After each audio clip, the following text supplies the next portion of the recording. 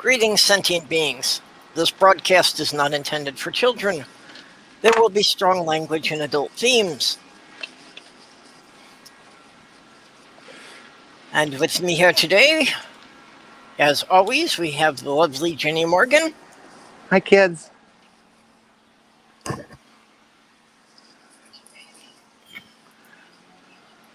I suppose we should just go into it.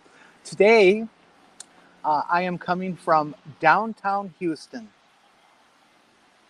Downtown Houston, Minnesota. Would you like to see?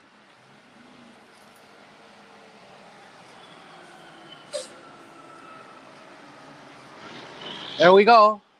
That is the intersection of Highway 76 and 16. And it's a whole lot busier than it usually is, but nonetheless, that's where we are. And up there, I think you can see the name Barista Coffee House. That's where we're actually sitting. It's the only coffee house in town, which kind of makes sense.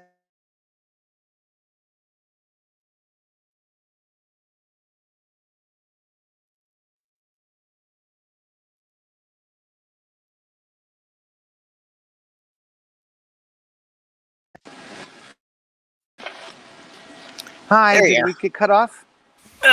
It went black for a moment there.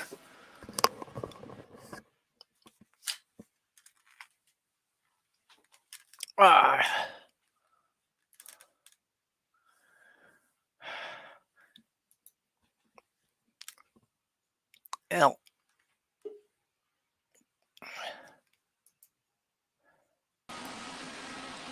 sorry, I'm back. It's okay.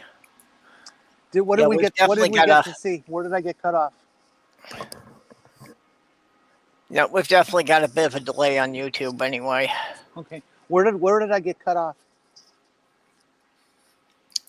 Just about the only coffee house there. Oh, okay. Well, it's the only coffee house in Houston, which makes sense since there's only 900 people here. But I hope in the downtown shot you got to see the bluffs in the back. Those things, the top of those bluffs are about 700 feet above the level I'm at. And we're having just a beautiful freaking day here. It's, I think about 73 degrees, 74. We got a light wind out of the northwest. Partly sunny. It's just fucking lovely.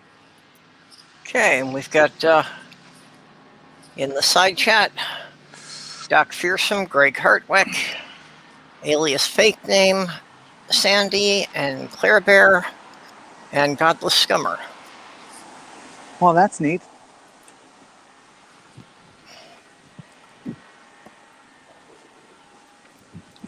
I'm just looking up the chat here because we have Wi-Fi here, so I can be running my iPad and my phone, so I can get in the chat for once. Yay! So today is Star Trek Day, because this is the anniversary of the day that the first episode of Star Trek premiered in 1966. Oh, is it really? Yep. Well, happy Star Wars.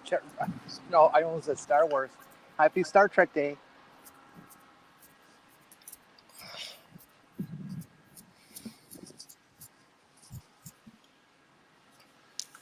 Yeah, it would be good if we had a couple of Star Trek fans in here. I'm only a casual fan. I can't claim to be a real heavy one. I think I've probably seen every episode, but that doesn't mean I'm a fan.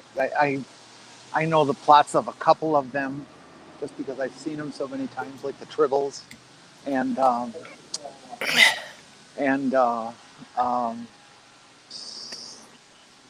Tribbles and oh, good. Other people. Hi, Godless. Yeah. Hi, Doc. I'm sure I've seen them all several times, and I'm even sure that I've seen all of the episodes of the animated series.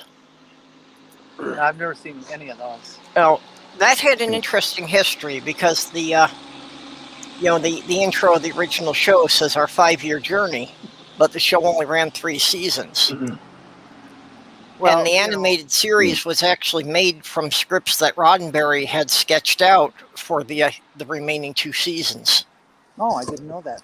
Isn't the I'm not a big like Trekkie guy, but isn't the animated series where the whole "Beam Me Up, Scotty" thing came from? A lot of people think that's from the original series, but I think it was the animated series where that thing started up. When did the animated series run? Was sometime in the early 70s. I'm not sure exactly. Because I'm pretty sure I heard "Beam Me Up, Scotty" even back in the late 60s. Yeah, I thought it was in the original show, but Seems like it was in I Loki. have to say my memory of it's not that detailed. But with all the Mandela moments that we all have, especially at our age. Uh,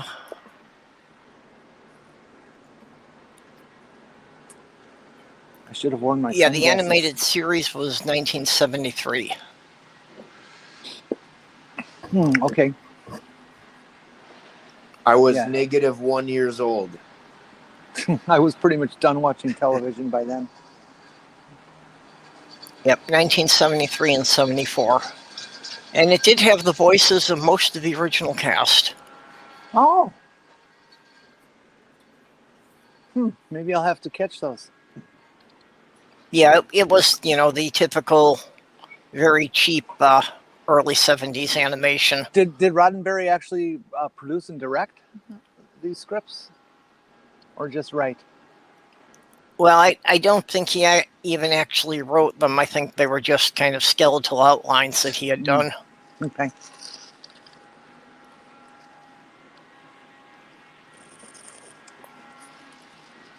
And I'm not sure who directed it, but I think it was probably, I think it was probably one of the Hanna-Barbera directors. So we might see some of their characters in the background here and there, Like they had that one dog that'd go and other stuff. I don't remember the characters. I'd love Star Trek if Muttley was in it. Oh, is that the character? The dog with the laugh, yeah. It would be funny. And Beam Me Up, Yogi. That's Hanna-Barbera too? Yep. Hey, boo-boo.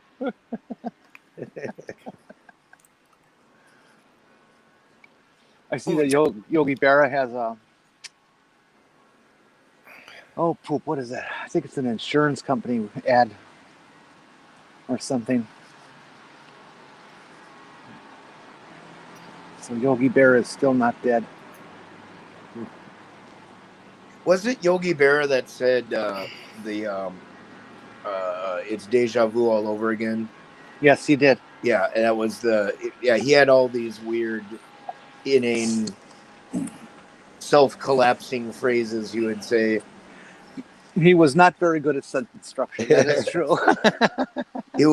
I was told he would walk into a restaurant that was full to capacity, and he would tell the people, how do you get any business if you're full all the time?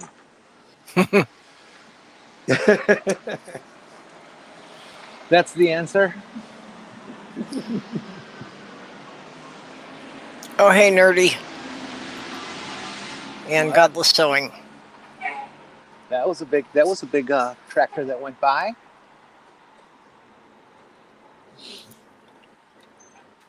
Looked fairly new too. Somebody's doing well. So I heard a rumor that y'all were looking for a Star Trek fan. Well, that's the occasion today. And I've just been having a fabulous Star Trek day because I come home from work to tweets being retweeted by Star Trek Online, the game, of people saying, hey, are y'all playing Star Trek Online today? It's, Star Trek Day. So I go to log on, and it's been maintenance all morning. And it finally popped on about an hour ago. So it's just been fabulous. Godless Sewing confirms that it was written by, I want to get his quote right, had the original cast in all its canon. Well, then I'm definitely going to have to try and find a place where this is being broadcast. I'd like to see it. Well, there seems to be some disagreement that Roddenberry at one point said it actually wasn't canon. However, several of the writers said it was. And actually, in Star Trek Enterprise, they made reference to one or two episodes from the animated series as being things that, you know. So, yeah, it's kind of messed up of whether or not it's included in the canon or not. I guess only Gene could tell us for sure. Somebody dig them up.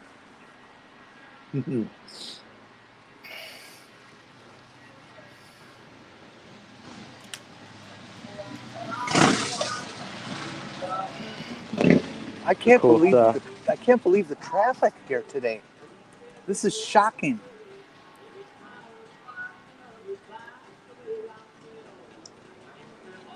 I mean, usually it's like one car every minute or two, either north, south, or east, west.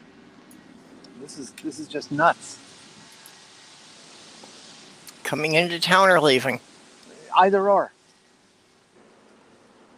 It's just very strange. It's so busy. Ace Duel, Math Pig. You would just love my town, Jenny, because it's bizarre to see light traffic. Bizarre. During the day, the traffic is horrendous. It's disgusting, despicable. Well, how big is your town? Not even that big. Population of around 29,000, give or take. Oh, that's huge. 29,000, that's almost as big as St. Cloud. That's like actual city territory. Hi. Yep. I think it was 29,000. Yeah, I think it's that much. Yeah, we're talking about 900 here. Where I lived in Michigan was about 3,000 people, and that was only because something like 2008 they had merged 3 adjacent towns together.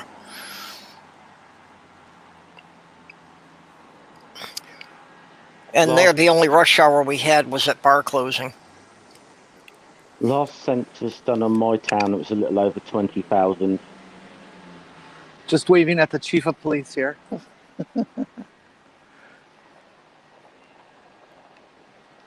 We have 2 cops. One is the chief of police, the other is the police, and they're both named Brett.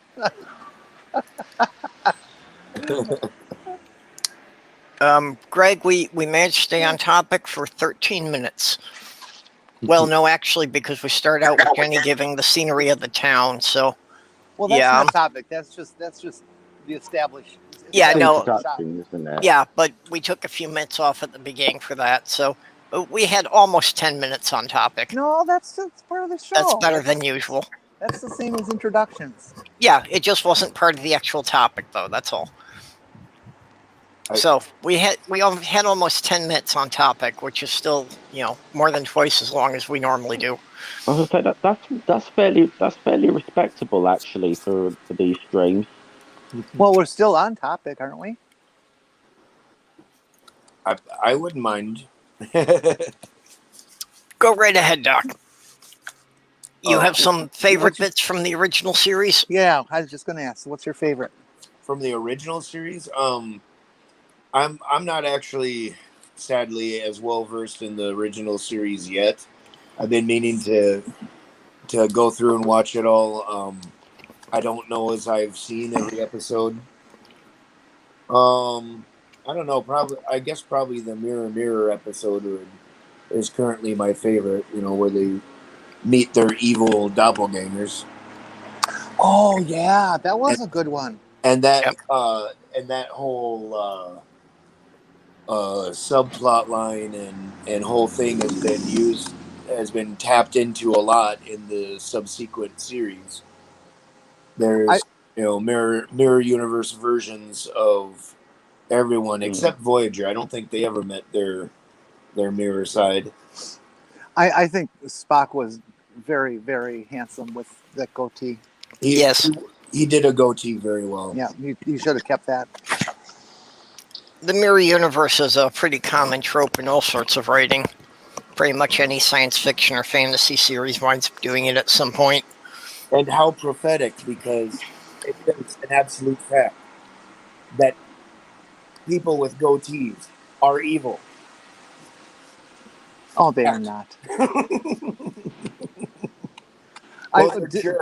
Did all that twin stuff or doppelganger stuff start with The Parent Trap with Haley Mills, 1961? Oh, I expect it probably goes back a lot further than that, but I wouldn't know. Jekyll and Hyde could even be an inspiration for that. Oh well, yeah, that is a good and evil situation. Any sort of like alternate version of one's self, especially like a evil or opposite. It's even in some mythologies there were creatures who could present themselves as doppelgangers of people. I could never keep straight which is Dr. Jekyll and which is Mr. Hyde. Mm-hmm. Well, Mr. Hyde is the monster he turns into, so. Well, I'll try to remember that, but I won't. It's Dark. And the Incredible Hulk, incidentally, was, of course, inspired by Jekyll and Hyde. Yeah, but he wasn't really evil. He had a angry streak, but. He was also. Hi, Will. How you there, Will? Hey, yeah. You guys are talking about, what's really funny? I've seen a lot of religion lately in the atheist community, and you're talking about my religion right now. I've seen a lot of religion lately in the community, and you are literally, I bow at the altar of Roddenberry. What do you need to know? What do you think of my crucifix? What crucifix? My avatar. Oh, I didn't even notice. Hold on, I gotta get you on the big TV. Oh gosh, I'm gonna make one. I'm on this whole sewing machine revolution right now. I'm inspired to make one of those.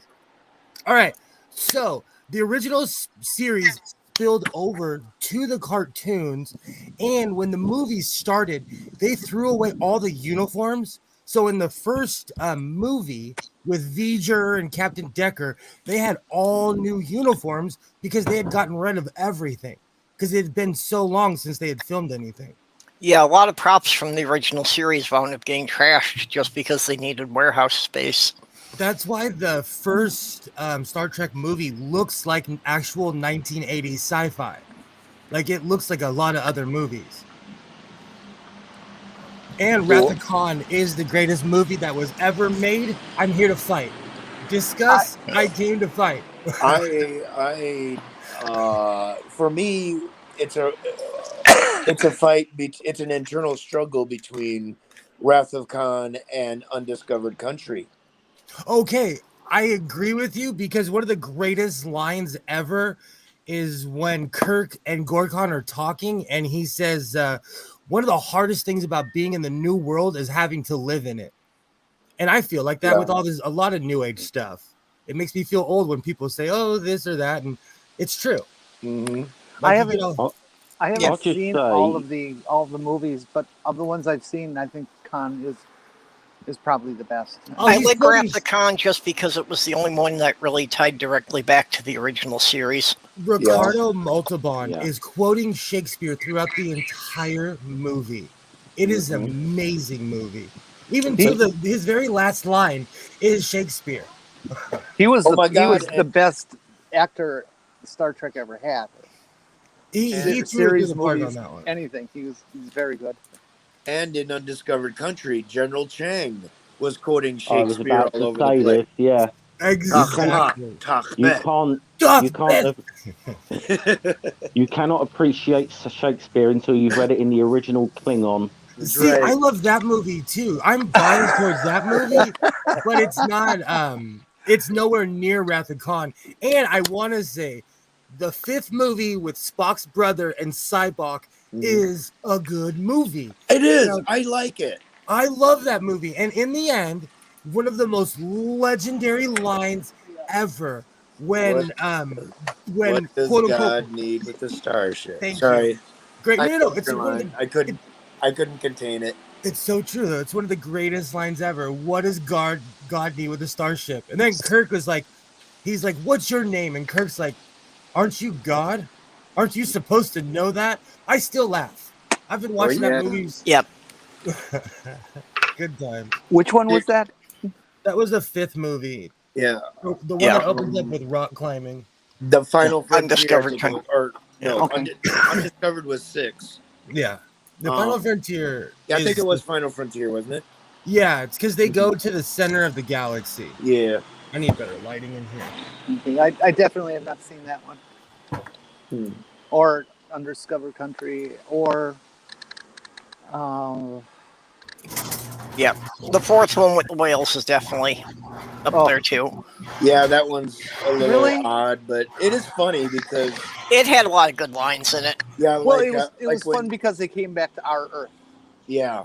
Everybody remember where we parked? I recently actually made a video about that because that is a time capsule of what 1980s San Francisco looked like. And it does not look like that at all anymore. Wow. So when I watch it, it reminds me of when I was a little kid. That's exactly what San Francisco looked like. That's another, see, I'm biased because I'm a Trek fan. That's another great movie. That's why I kept on Twitter, trolls kept on asking me, like, do you sew? I was watching that movie when I made that video. And the whole premise of the video, I said, no, I'm a time traveler who goes back in time to get 2 whales to bring them to the future to hope that they talk to a probe. That quite literally is the plot of the 4th movie. That literally is the plot. Yep. That and Spock becoming human again. Ish. Human-ish. My favorite line is when Kirk says to one of the people in the modern timeline, "Don't mind Spock. He's on LDS." You see, another classic line. What's LDS? Well, he meant to say LSD. He meant to say LSD. Oh, Yeah, Yep. but interestingly, LDS also stands for Latter-day Saints, the modern-day Mormons. You know what's really funny? I never put 2 and 2 together. Yeah. Even with Next Generation, I think it's because I'm a geek. When I watch these shows, I still look at them like they're in the future. I like the little subplot in that with like Chekhov being caught sneaking onto the ship, and of course the Cold War's still a thing. Oh yeah, nuclear vessels. And of course, which ship is there to sneak onto? Just the USS Enterprise. Yeah. Which traditionally was parked on the West Coast, so it was not rare to see that thing. that was an aircraft carrier, right? Yep. Yeah.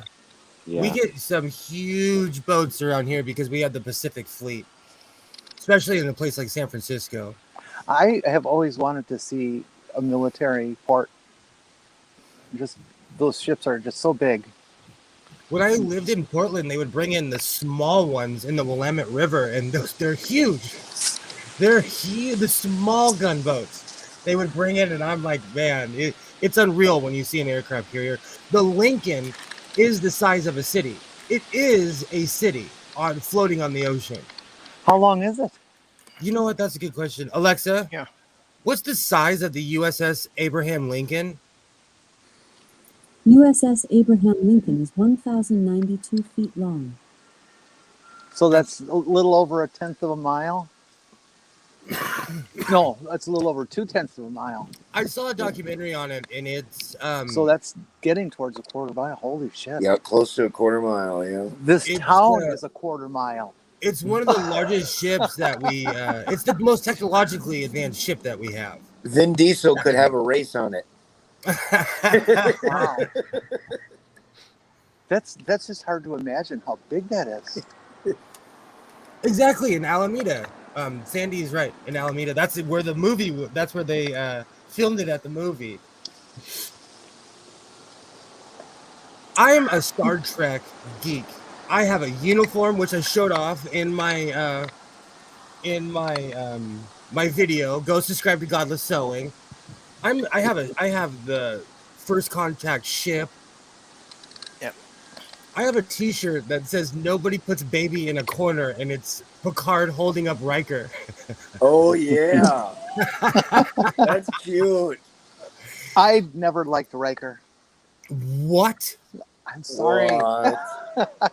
Jenny, I just came back. No controversy, all right?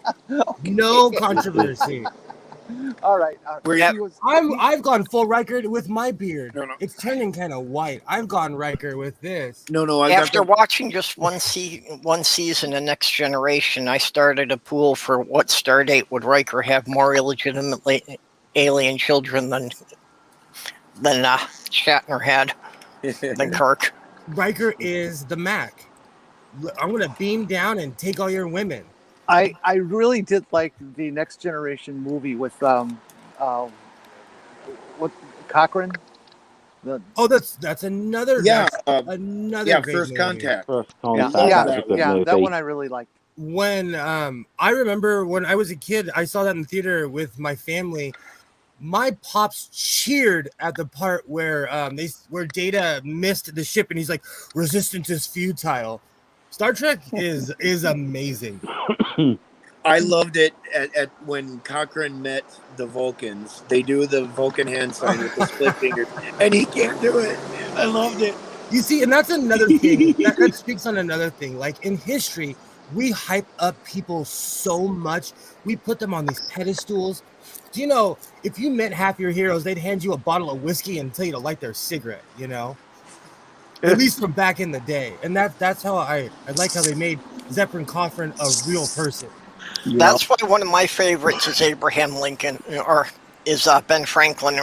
Because, like, if you really find out some of the history, and even his own autobiography, Ben Franklin about what a scoundrel he was. He's one of the greatest Americans that ever lived. His pen name was Goody Doo Wife. I still use that sometimes. Yep. I didn't know that. That's amazing. Oh, he was greatest American. And he actually got the support of the French for the Revolutionary War, largely by seducing the wives of several French nobles. And doing science, too, and spreading syphilis to everybody, because they all had herpes and syphilis back then. Yeah, I wonder about that. And because how you doing out there without us, by the way?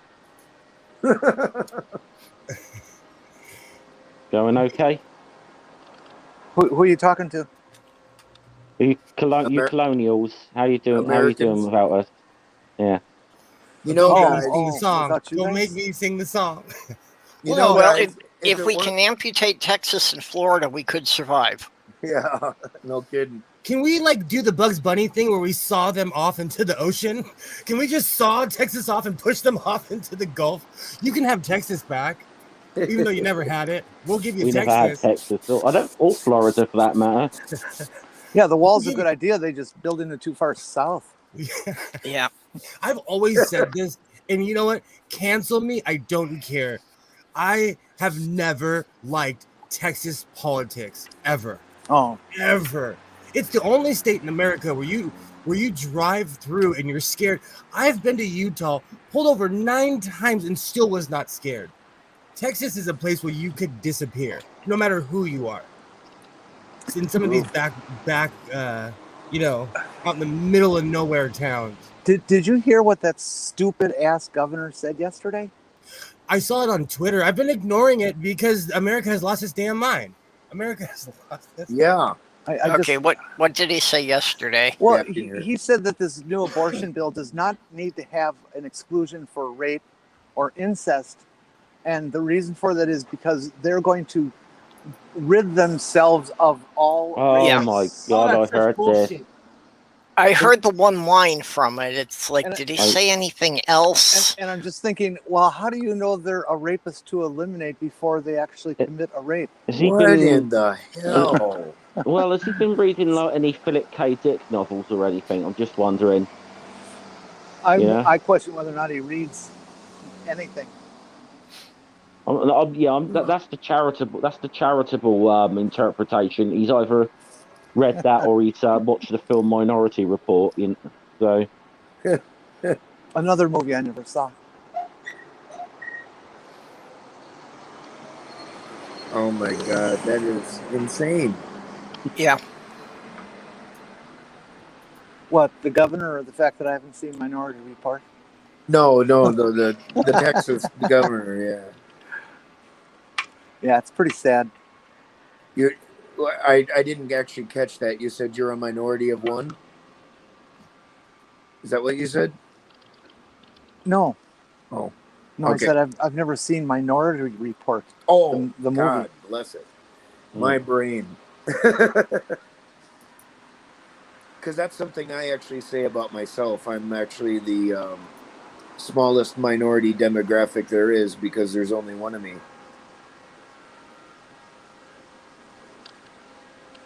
Well, I And think one that's to for the prison. best. Yeah, well, thanks.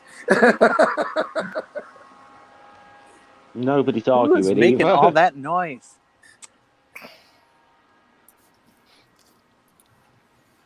Gosh. They're painting the old fitness center. The fitness center went out of business with the pandemic. People aren't working out. Oh. No, and now they got all these machines that are just sitting there. But if they're painting it, Well, do they have something else going in there? Or? Yeah, there's a family down the road a piece, about a mile out of town, that has had a sign up for years for Timeless Creations, and they do really, important works like key fobs and purses made out of wood stumps and odd things like that. And they're going to open a store in that space. I don't expect it'll do very well. So, That sounds just to be clear, just so I understand, they tried to have a fitness center, but it didn't work out. Well, it actually. Oh, jeez. I need to get a hi-hat in here. The one thing I don't have. God, Doc, that was just. That's like Comedy gold, right? That's like Bionic dance level of joke there. Yeah. Or sloth girl. We can blame her for that then.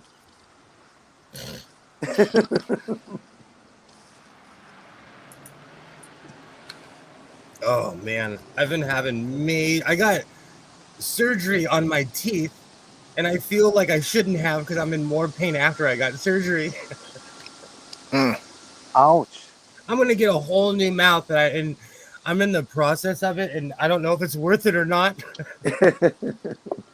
I've been in so much pain. Now I can see why people died from their teeth before penicillin.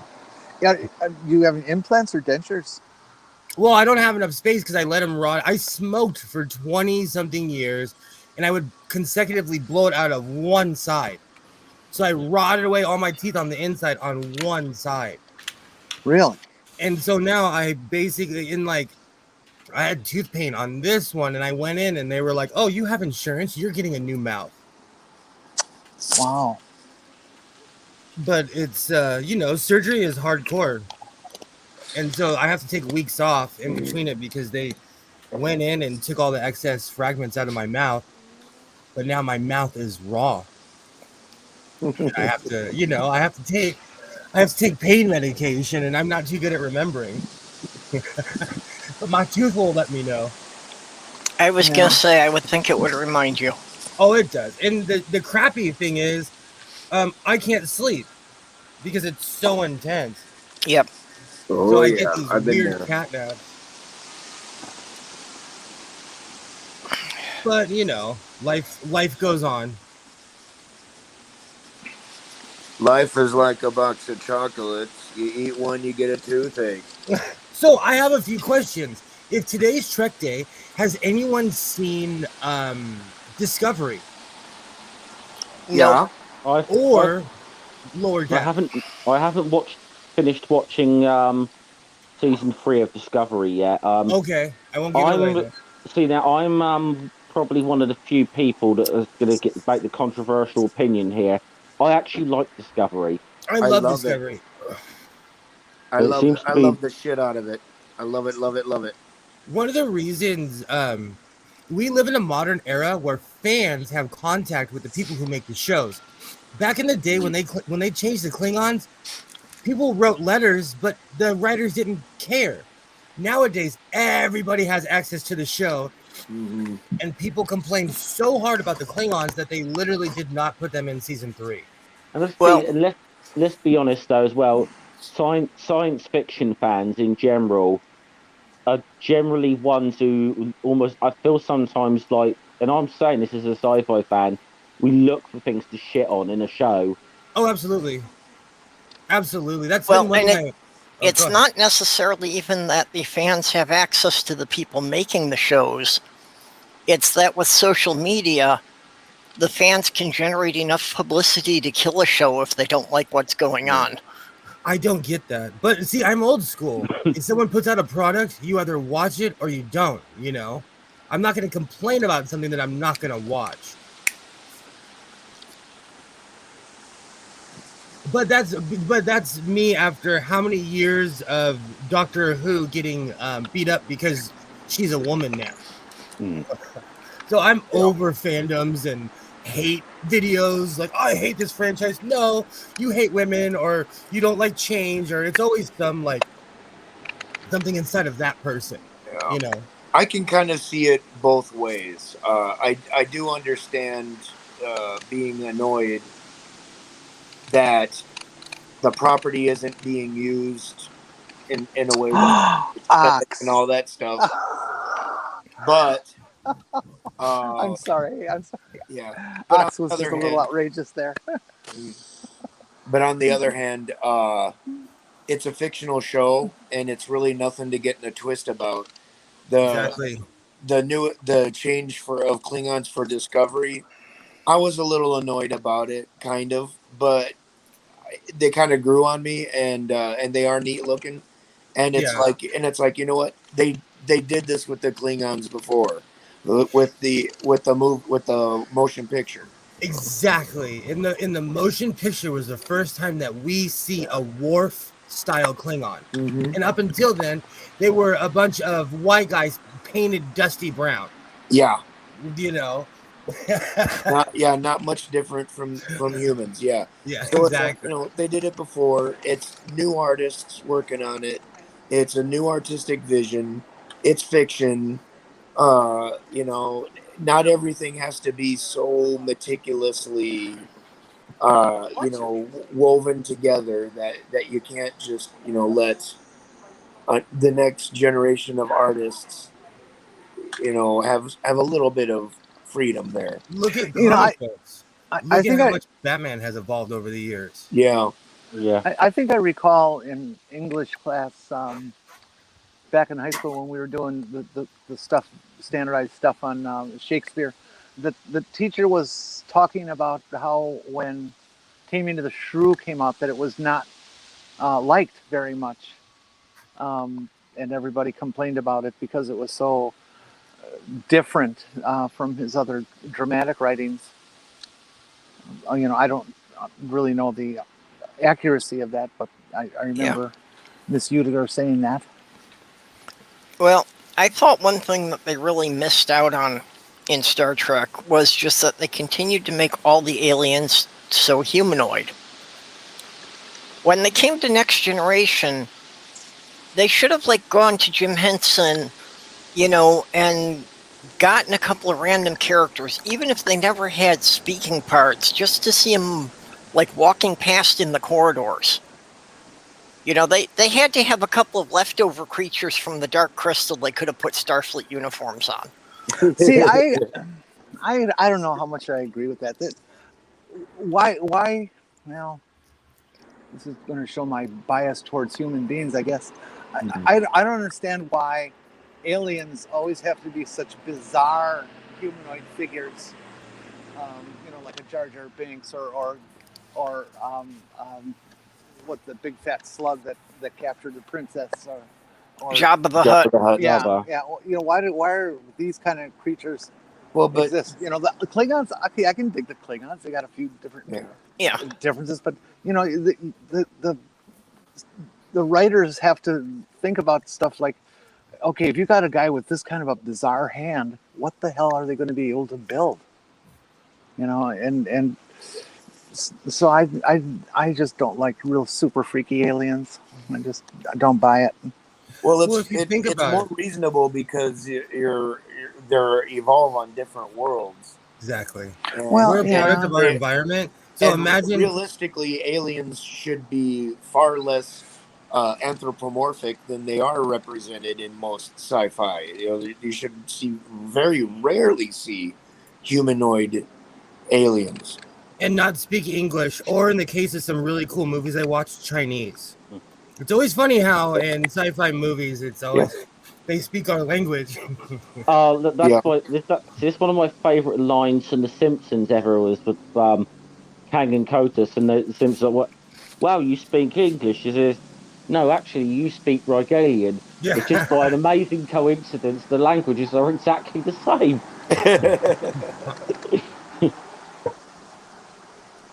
Ox is trying to start a war. I saw that. Did you see this one? I hated Q. Yeah, I did not like I Q. I would have I like preferred Q. he was left out of the series. wondered He wondered had this when we big get ego. into I just don't like That's one of characters with the big egos. one of the greatest lines. I should have been a Belzodian flea. I should have been something else, but I chose to be a lonely lumpet human. Q has some of the greatest lines in Star Trek. He does. Well, I mean, for what Q was, he would have to have the huge ego. I mean, with that kind of power, I don't see how he could have come out as much of anything else. But weren't they basically implying that Q was God? No, see, that's the thing. There's no in the Star Trek universe. There's no such thing as God. They're omnipotent beings, and he's not the only one. There's many Qs in the continuum.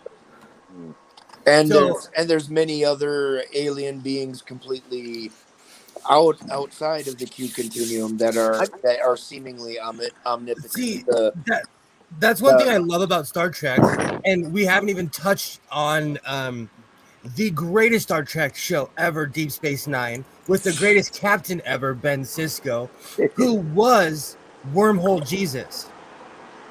He was. Yeah. He was Wormhole, and they put science behind him being a messiah, basically, where the prophets were just aliens of a higher plane. And these inhabitants of this planet were praying to them, even though they were actual semi-corporeal beings who inhabited a wormhole. Sounds like herpes. I have to go away for a second and switch devices. My battery's about to zip. okay. But in Deep Space Nine, they deal with the whole deity thing really well, I think. Because there's someone the whole time saying, no, I'm not this. Even though he's experiencing all these like out-of-body experiences, he knows it's not God. It's because of an alien. Well, plus I think people who get too put off by these seemingly omnipotent aliens, they apparently haven't heard of Arthur C. Clarke, who said a sufficiently advanced technology can be indistinguishable from magic. Exactly. I think Star Trek uses that a lot. There was that one episode in Next Gen, first or second season, it was one of the earliest ones where they encountered they went to that planet where there was that alien that was pretending to be a god, and they were able to figure out how that alien was doing all of its miracles, and Picard at the end was sitting there doing all the same miracles, trying to show the Resident Aliens, how they're not a god. They're Ardria. technology. Yeah. Her name was Ardria. That was a really good episode. Yeah, I loved it. That's when Data was the judge and he was so impartial. He told Picard to shut up twice. I love Data. Data's one of my favorite characters ever. Okay, so I'm gonna spill some tea here. I've met Chris Judge and Brent Spiner in real life. Whoa. Chris Judge played Teal'c. Okay. And Brent Spiner, as we all know, played Data. Yep. Both of them have uncontrollable ADD. Really? Chris Judge is this big, giant. He's the nicest guy. He walked into a room of 300 people, did not leave until he hugged every single person. Cool. Wow. This was pre-corona. But I walked in a room expecting Brett Spiner to be Data, and he was Brett Spiner, and he was cursing, hitting on people's moms. Like, Brett Spiner is a real man. He is a real man. I've always wanted to see a mashup. I've always wanted to see a mashup between Stargate and Star Trek, or Star Wars. Doesn't matter. They had a Doctor Who crossover with the original series and the Matt Smith version of Doctor Who, but it was a comic only. They had a Sherlock crossover with Matt Smith. That was actually really, really good. I ran a Star Trek and Star Wars amalgamated campaign. It was an adventure, really, not for D20, basically Dungeons and Dragons. Oh, that's awesome! But I did it with Star Trek and Star Wars. My player played a Jedi Ferengi. That's awesome. I always tell people I'm Ferengi. That's just because I love buying and selling stuff. I have a picture of Quark on one of my toolboxes.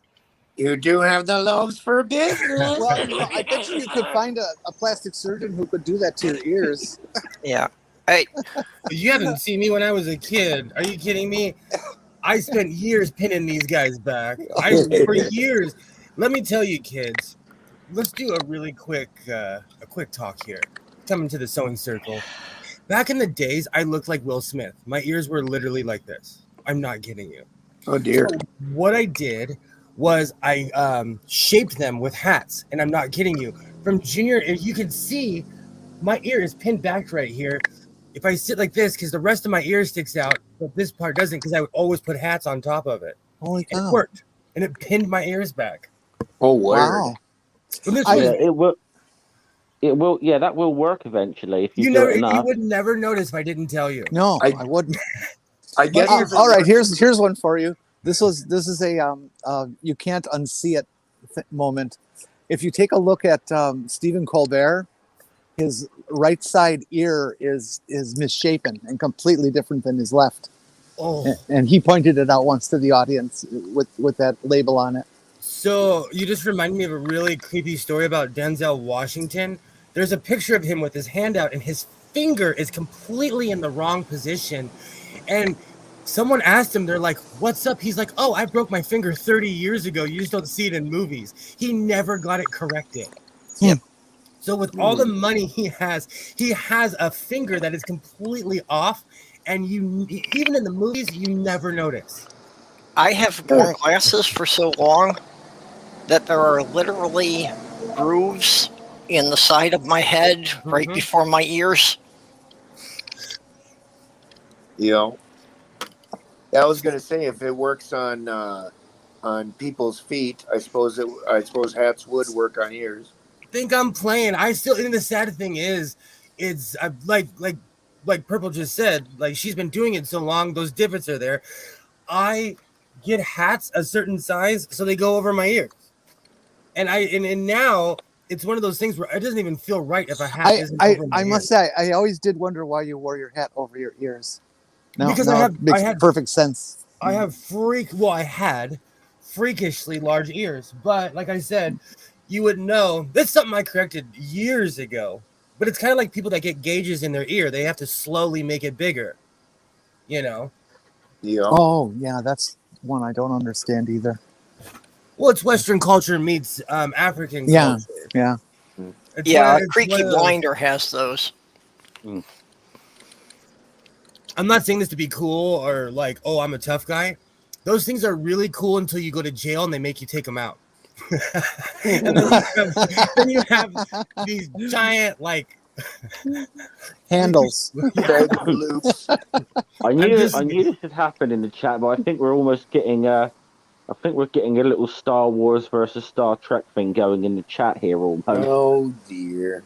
I'm I You love knew that Star would Trek happen. and Yeah, Star Ox has Wars been so trying to much. flare it up for quite a while here. Here's Yeah. the problem. You can't compete because Star Trek has 9 times the volume of Star Wars. Yeah. How many series now? Because now we have, and we're getting Brave New Worlds. We're getting new series, you know.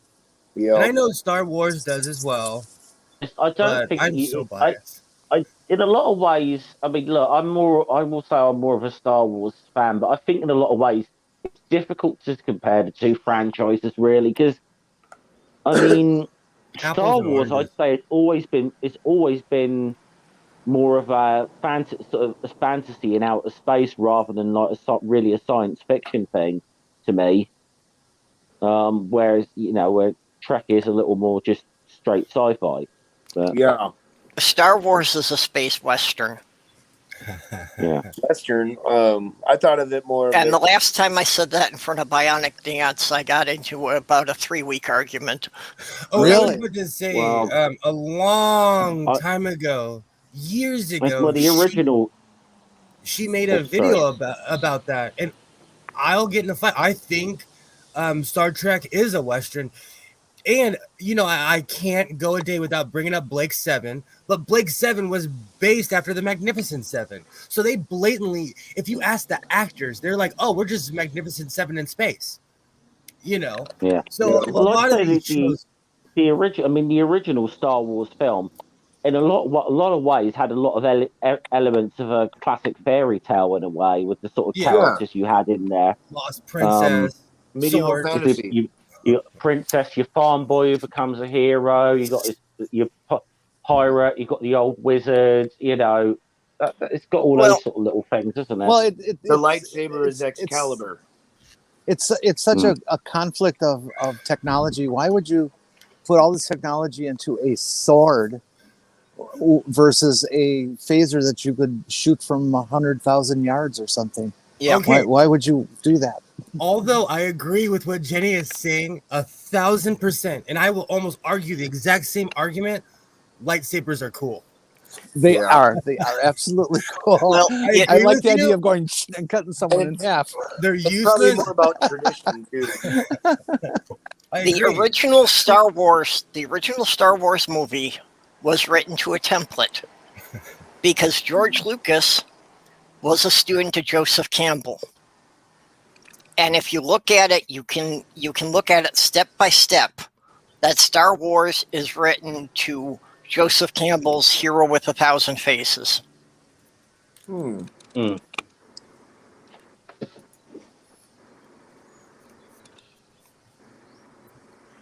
You'd have to Yeah. have a really big head. Yeah. But Joseph Campbell just analyzed mythologies from around the world, and was showing that basically these are the basic stories that every mythology has. And that you always have, this classic tale of, this unlikely young hero who has to basically go down into the bowels of hell and be reborn to become the hero. Well, isn't that just another version of the alleged seven basic stories that everything follows? Yeah. Yeah. Like I said, Joseph Campbell did a very thorough analysis of it and had the whole story arc laid out. And that's exactly the story arc that Luke Skywalker follows. Mm-hmm. Hmm. And, you know, I hear them bitch and whine about, you know, this new TV series or that new TV series, or, you know, oh, Battlestar Galactica, this and that, and Firefly, this and that. And, you know, you watch their stuff and it's really just a rehash of something else that somebody else wrote earlier, you know, a decade or two sooner. And that's okay. But I think it's just fair that we recognize that's what we do as humans. Yep. Okay, so first off, I have two things to bring up. First, I added you to the What the Fuck group, Jenny, to Jen's group. Good luck. It's a train wreck. Second, you had to bring up Battlestar Galactica. Well, I will get in fights with people because I think both series are equally amazing. The original Battlestar Galactica I grew up on, so I'm biased. But I love the remake. I literally quote Colonel Ty all the time. I say frack so much my kid thinks it's a real curse word. Yep, me too. I mother fracker. You know what the frack? Frack is part of my life. I never watched the new Battlestar Galactica, but the one from the 80s, it's clear that you know, whoever did the story arc for that was definitely a World War II historian. So in the second inception of the show, in the behind the scenes, because I'm a savant geek when it comes to sci-fi, they talk about how some of the fixtures on the ship, they went around old World War II destroyers and were just pulling the entire like deck, and that was the set. So a lot of the sets in the newer Battlestar Galactica are real military ships pulled from old Russian ships, American ships, Indian ships. Really? It's actually really cool. Awesome. Really cool. Yeah. That's because I mean the whole thing in the remake of Battlestar Galactica is it was to get across the point that the Galactica was an old ship. At the start of the show, it's about to be decommissioned. You know, it become like a museum, and then it sort of ends up becoming like the last surviving ship of the colonial fleet. But I mean, really though, there's a lot of old stories there, because I mean, really, in a lot of ways, isn't Battlestar Galactica kind of like the Exodus in space to a degree? Yes. You know. Yeah, but did the second series follow that same basic premise that all these ships are trying to get away from something or go to another planet or situation? Yeah. But I never saw the second series. Did you watch the Ken McCormick series when they found Earth? It was so cheesy with the motorcycle. Yeah, that one they did around 2000. No, this was in the 70s. No. They did a remake of Battlestar Galactica where the crew started settling on Earth. Yeah. Yeah. I remember at least the episodes on the series where they went to Earth. There's a whole series with Kent McCormick, the guy. Well, no, he was in the guy who was not. He was Galactica in 1981, wasn't it? Yeah. Yes. I think it's called. Yes. Yeah. So that show was awful. So what the newer show did was they bypassed that storyline. Do you really want me to give it away? Because it's an amazing ending, and I am, because I don't care. The end of the newer series, when Starbuck is the biggest frack up on the ship, and after all the drama, after everything, she jumps the ship. It's a big long storyline. They finally kick the Cylons right in the metal cans. They finally get them where it hurts, and she jumps the ship toasters.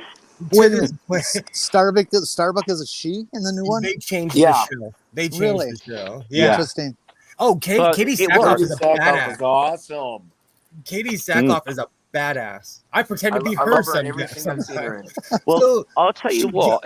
But hold on. She jumps the ship. They get to Earth, and they're in Africa, and they're like, "Oh my gosh, this is the most beautiful thing ever." Basically, what the show did, and this is 1980s lingo, is they showed the Broca divide, because our species still does not know how we went from chucking spears to building monuments. So basically, they're saying that these people showed up with their technology. They took all their ships, put them in the sun, and stayed on Earth. that's basically the end Oh, of the newer series. It's Yeah. amazing because they jump and they're all effed up, and Colonel Adama is looking at Gaius Baltar, and they're looking at Africans, and they're like, how is it that we've crossed the galaxy and there's humans here? And they're like, well, maybe we're not the only humans. Yeah. You know, it just raises more questions. It just oh, raises, okay. So they didn't time warp back to that period. That was No, actually their no, current no. time, current day. yeah. So they went back to Yeah. prehistoric, like you know, where only people living in Africa.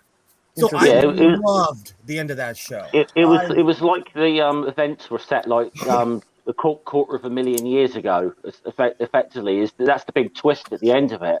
That the events you're seeing are you know, from a quarter of a million years or so in the past. And they like They land on Earth.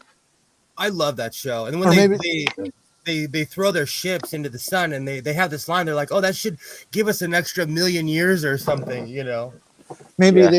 they're reaching to hook up with the movie 1 million years BC and hoping they could get Raquel Welch in or something. Earth 2 was a great show, and Netflix owes me a second season.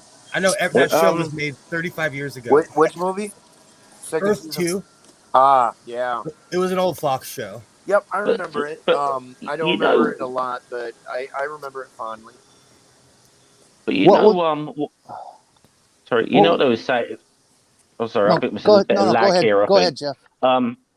Okay, yeah, I think there's lag here. So, I think, I seem to. I mean, really, you know, we were talking about like the way people get on like Doctor Who because they cast a female in as the Doctor.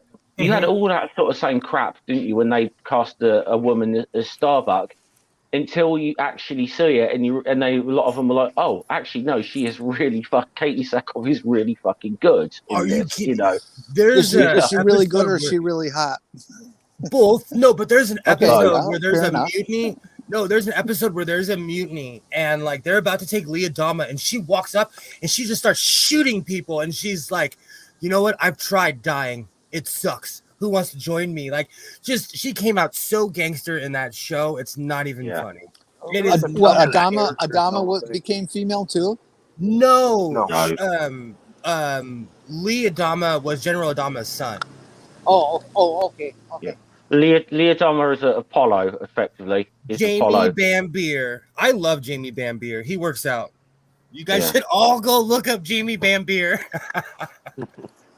Hey, Will, I haven't seen you in a long time. I've been working out cardio rehab. I've lost 40 pounds. Oh, awesome. Awesome. You know, I found it. congrats, kid. I found it.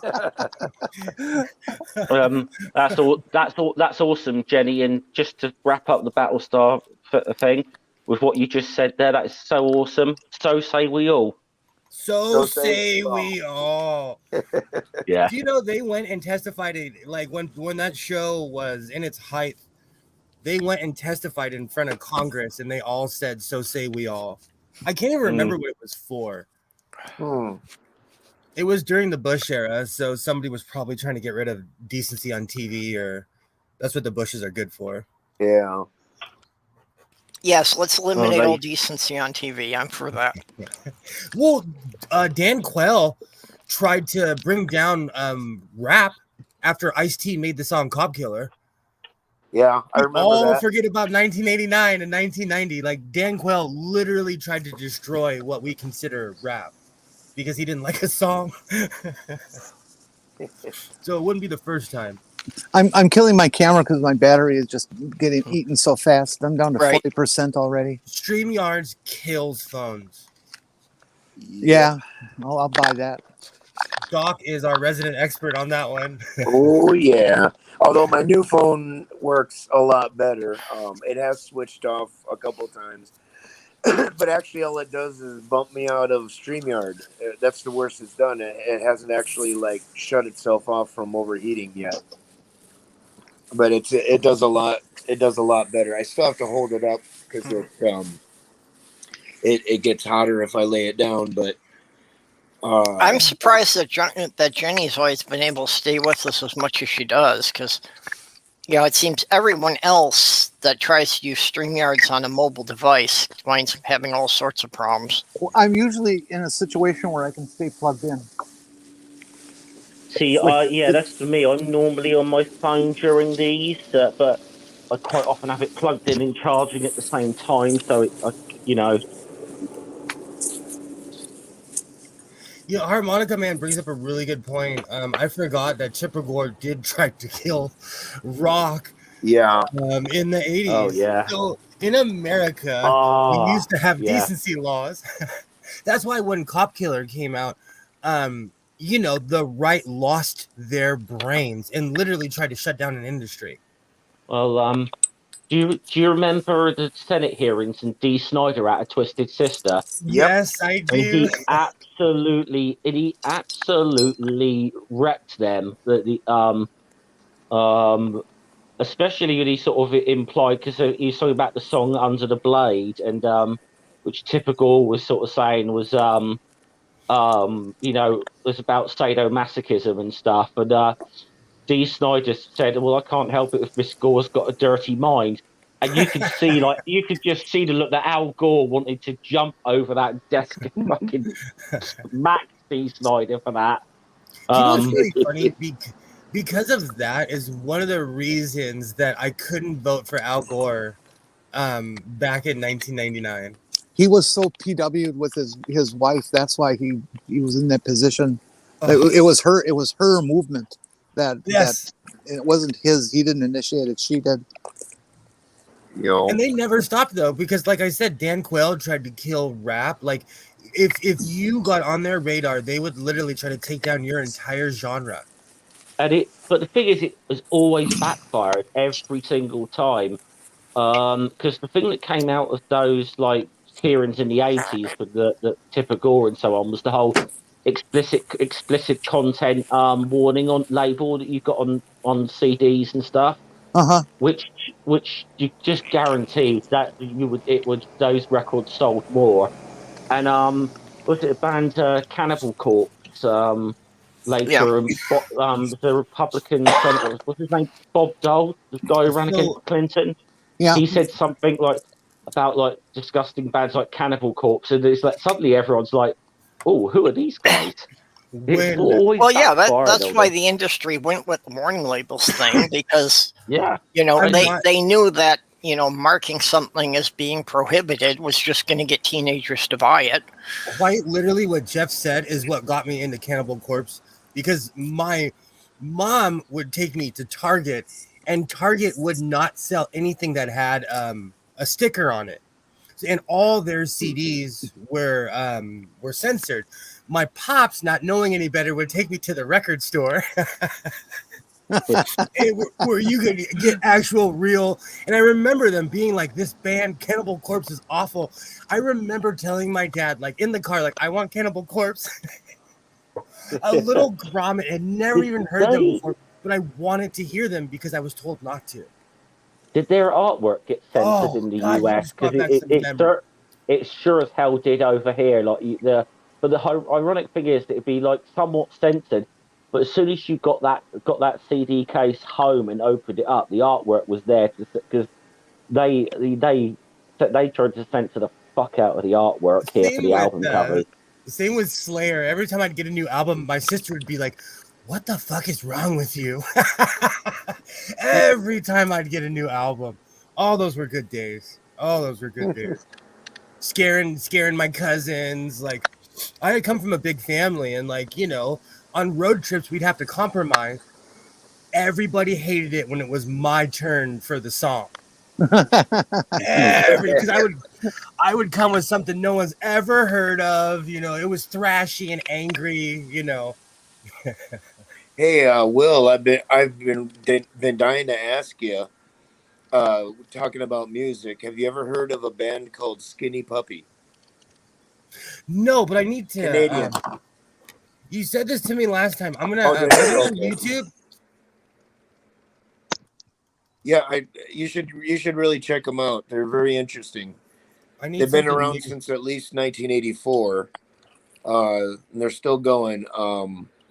They're typically described as industrial. They tend to fall into the industrial genre, but they're very different. I And love back in different. the 80s, there wasn't really industrial wasn't really known as a genre quite yet until like pretty much the 90s. Saved. Cool. I need new playlists. I think we have had this conversation. Jeff, have you ever heard of a Mr. Bungle? Yes, I have. Yes, I've heard. I'm I've heard of obsessed it. I with can't say I've listened to too much of them though. Mike Patton is a real musician. Yo, he was with them when he got the job for Faith No More. Yeah. That's how he got the And- job. That blew me away when I read that kind of just a few years ago. I didn't know that all these years because I always thought I hadn't heard of Mr. Bungle until after California? what was the album after Angel Dust? Oh, it was Mr. Bungle's album was California. No, not Mr. Bungle's, but Faith No More after Angel Dust. King for a Day, Fool for a Lifetime. Yeah, I think that was probably it. After that, that's when I heard about Mr. Bungle, and I thought like they had, like Patton had left Faith No More and went to do this other band, and then later on I read up on the trivia, and it's like, oh, Mr. Bungle was around before Faith No More, And Like, he that's was in a band with Cool Keith, called Peeping Tom, and Mike Patton's in another band called Tomahawk. I have all those CDs. They're amazing. It's just Skinny Puppy reminded me of that. Sorry to derail the conversation. I need to ask a question. Have any of you younger folks heard of the Strawberry Alarm Clock? I've heard of it. No. How about the Deltones? Yes. Delta. Oh, okay. Dick Dale and his Deltones. Okay. I because everything that you guys have mentioned in the last 10 minutes, I have never even heard of. And I was just wondering how generational all that was. I've heard the names in passing. I really have no idea what the music of any of these people are. Faith No More was really popular, and then this depressed kid from Seattle and his band came onto the limelight, and grunge rock destroyed metal in the early 90s. Well, I'm sure that I've heard the music. I just don't connect the band names with, what their music was. That's one thing, like rock, it wasn't happy, but it was a little bit more up-tempo. Even Slayer was more up-tempo compared to Nirvana. I really like Nirvana though. Come As You Are is like one of my, it's a very special song. I love it a lot. Those years were traumatizing for me, as I'm sure all developing years were for everyone. So some of those songs, some Smashing Pumpkin songs, just remind me of my youth and things I'd rather forget. I know you said your age before. If you don't mind, I forget how old you are. I'm 40. Okay, I turned 47 toward the end of this month. I like being the young one in the crowd. I'm okay with being called young. I'm okay You're with the youngest one. You're the youngest one here today, I think. Will, so Yep. Sweet. No, but the point is, I'm 41. I'm 41, so the point is, so I was listening to Nirvana in high school, like probably sophomore, junior year. So we're talking 91, 92. I graduated in 93. Like I said, I was still asking my parents for permission, and my dad just didn't know what the genre was back then. Like you see, that's the thing. That's why I go off about a certain era, because that's when I was developing.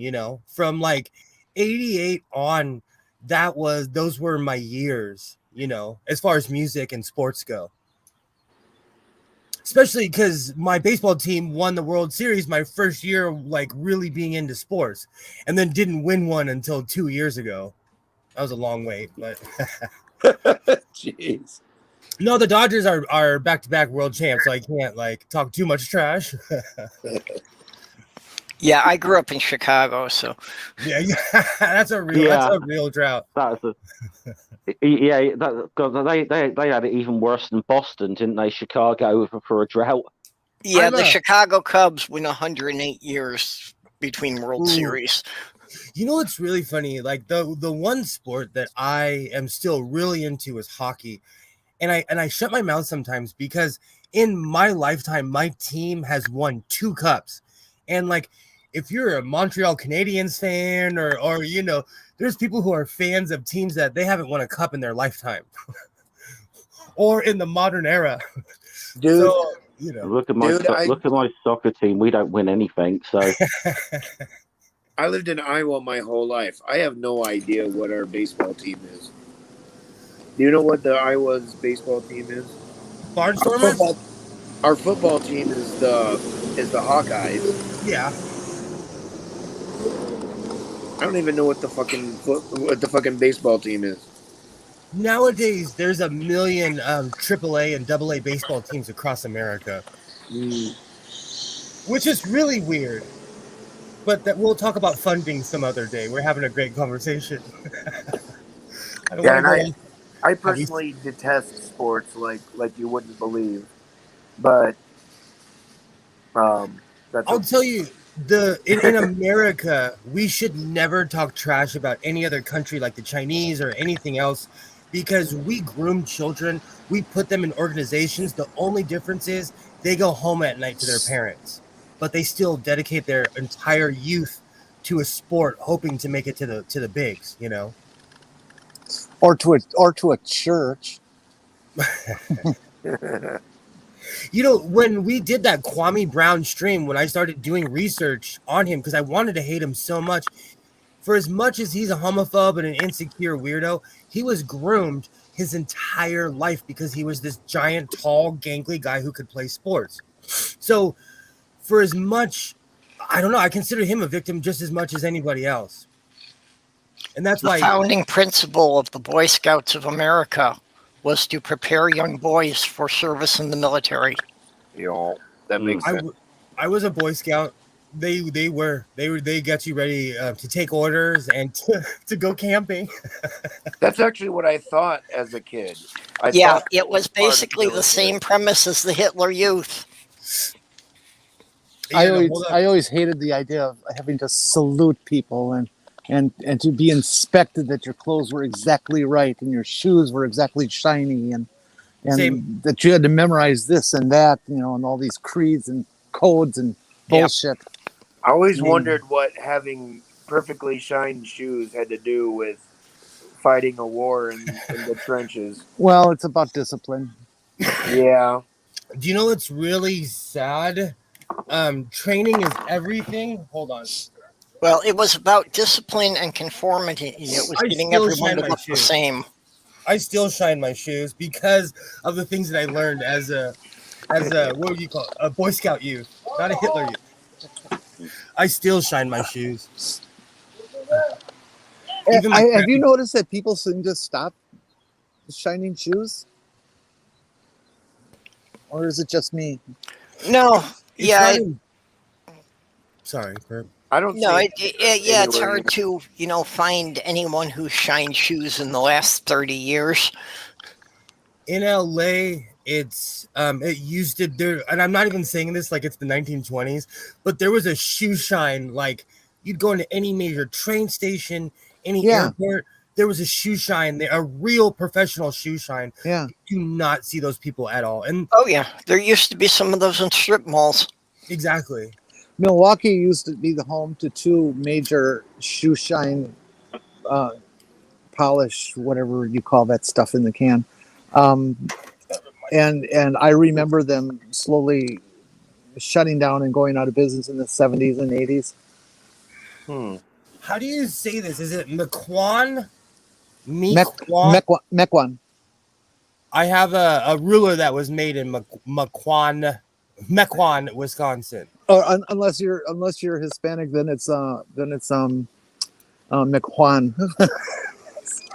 I had a friend named Mequon, so this is hard to pronounce. What company made the ruler? Johnson. Don't know them. Is that a Spanish word? Mequon? No, I don't. yeah. I believe it's Native American. Oh yeah, that definitely Yeah, could be. Because I'm a picker and I find the weirdest stuff. I found this and it was still wrapped in plastic. I don't know how old it is. Mequon is one of the reddest, most snooty, self-absorbed communities in the state of Wisconsin. Its land area is bigger than the city of Milwaukee. Oh wow! But they will not allow houses in certain development areas of density of more than 1 per quarter mile, half mile. It's just it's just a creepy place. Yeah, Will Johnson is actually a tool manufacturer. I figured as much because this is a real metal. This is like actual real metal. Yeah, what they're really known for is things like drywall squares and levels. A neighbor of mine, it's actually really sad, but she's a real life hoarder. We've tried, like, when I say we, I mean like my family. We've tried to help her like 4 or 5 times. She's had 9 dumpsters to her house. That's how much of a hoarder she is. Wow. And now she's on hospice. And the other day, her sister was like, here. She was like, do you want this old sewing box? And inside, I was like, don't react. Don't react. Just say yes. Just say yes and be grateful and say thank you. But of course, I was like, come into my pleasure room. Let me show you all my sewing stuff. And she went and came back with this ruler. And she's like, oh, you can have this too. And when the second I saw Wisconsin, it made me think of you, Jenny. It made me laugh. Yeah, Mequon was the county in Ozaukee County, immediately north of the area of town I was living in, or my parents were living in, not me. My brother and sister-in-law live in Bayside, which touches Mequon. So, as a Californian, when you say Bayside, that makes me think of Zach Morris. Oh, Saved by the Bell. Sorry. Yeah. You had to remind me that existed, didn't you? And I'll tell you why. Because I meant Zach Morris in real life, another person who's a real human being, total Californian, total just a dude, total dude, cool guy. I have nothing bad to say about him. I don't know because but always heard the one who died recently. I always heard he was a bit of a dick. Okay, Dustin Diamond had massive addiction issues. Yeah. And imagine being famous when you're a kid. You have an attitude problem, and everybody calls you Screech. Yeah, I would be fighting people. Dustin Diamond lived in Port Washington, Wisconsin, which was just north of Mequon.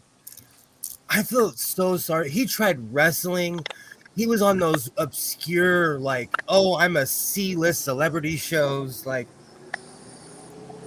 in my town, it's not rare to see an ex-actor. So, out of respect, I usually, if it's your friend, you say hi. If you don't know him, you keep going, I feel sorry for Dustin Diamond. I really do. You said he tried wrestling. See, I remember I think I watched that reality show where he did that, and he got into a feud with that other former child actor. What's his name? Bonaduce.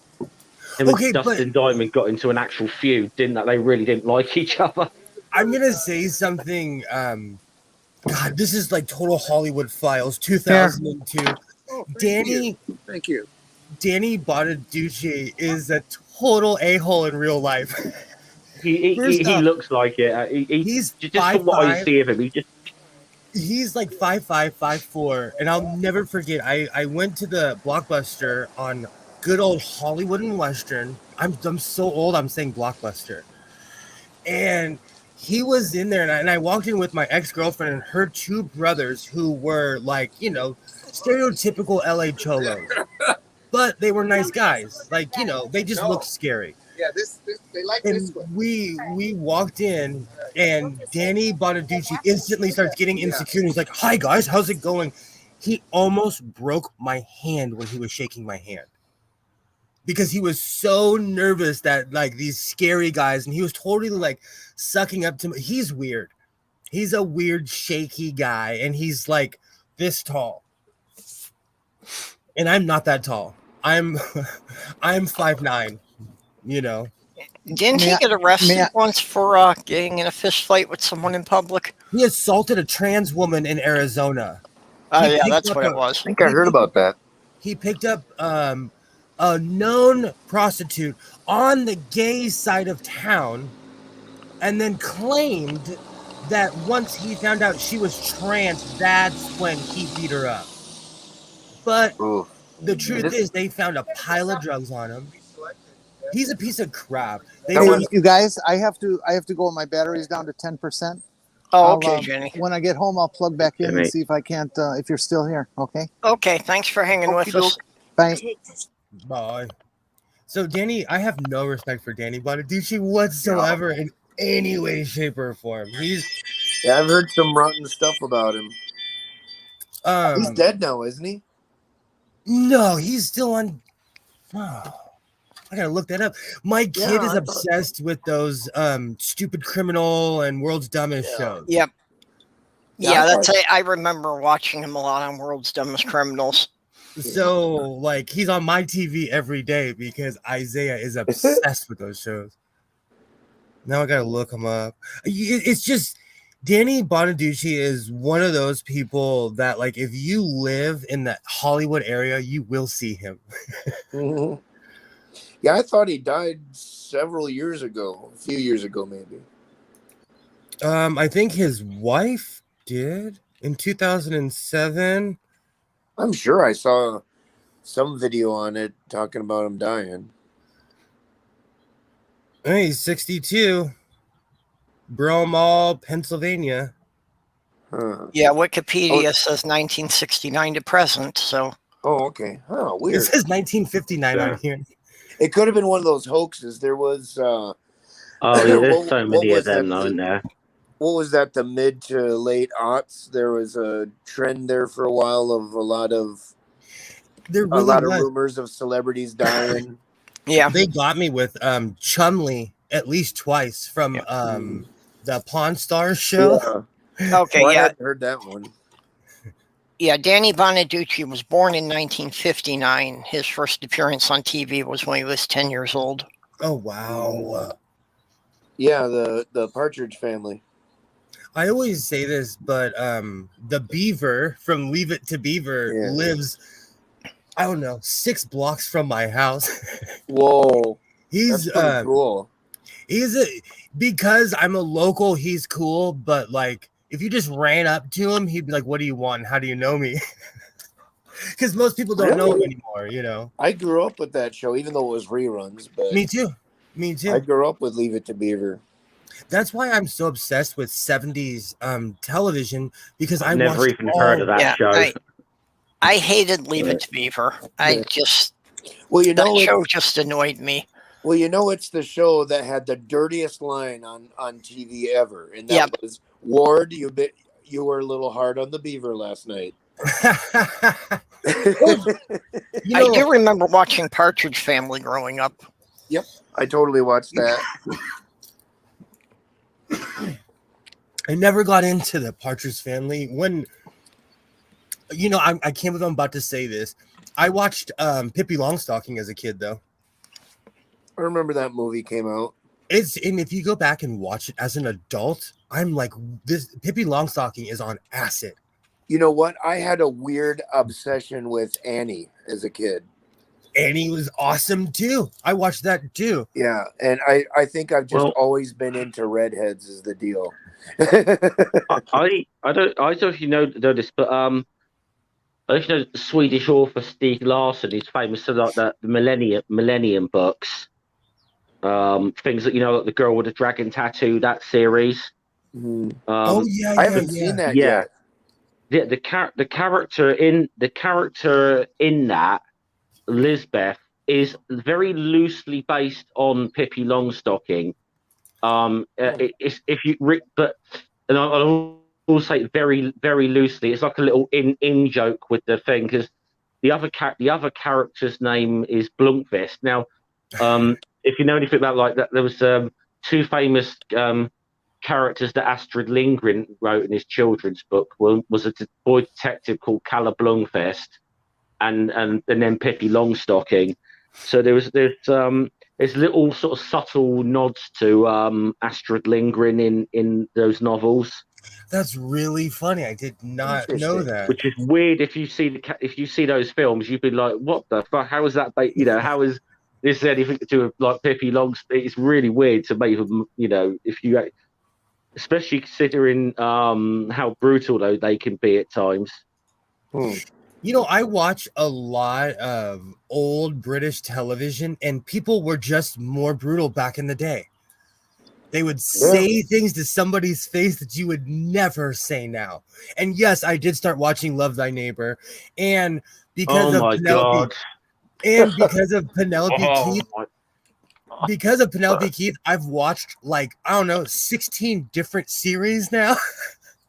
And if you have not seen Inspector Wexford and you feel like falling asleep to something, I fall asleep to Inspector Wexford every night. Oh yeah.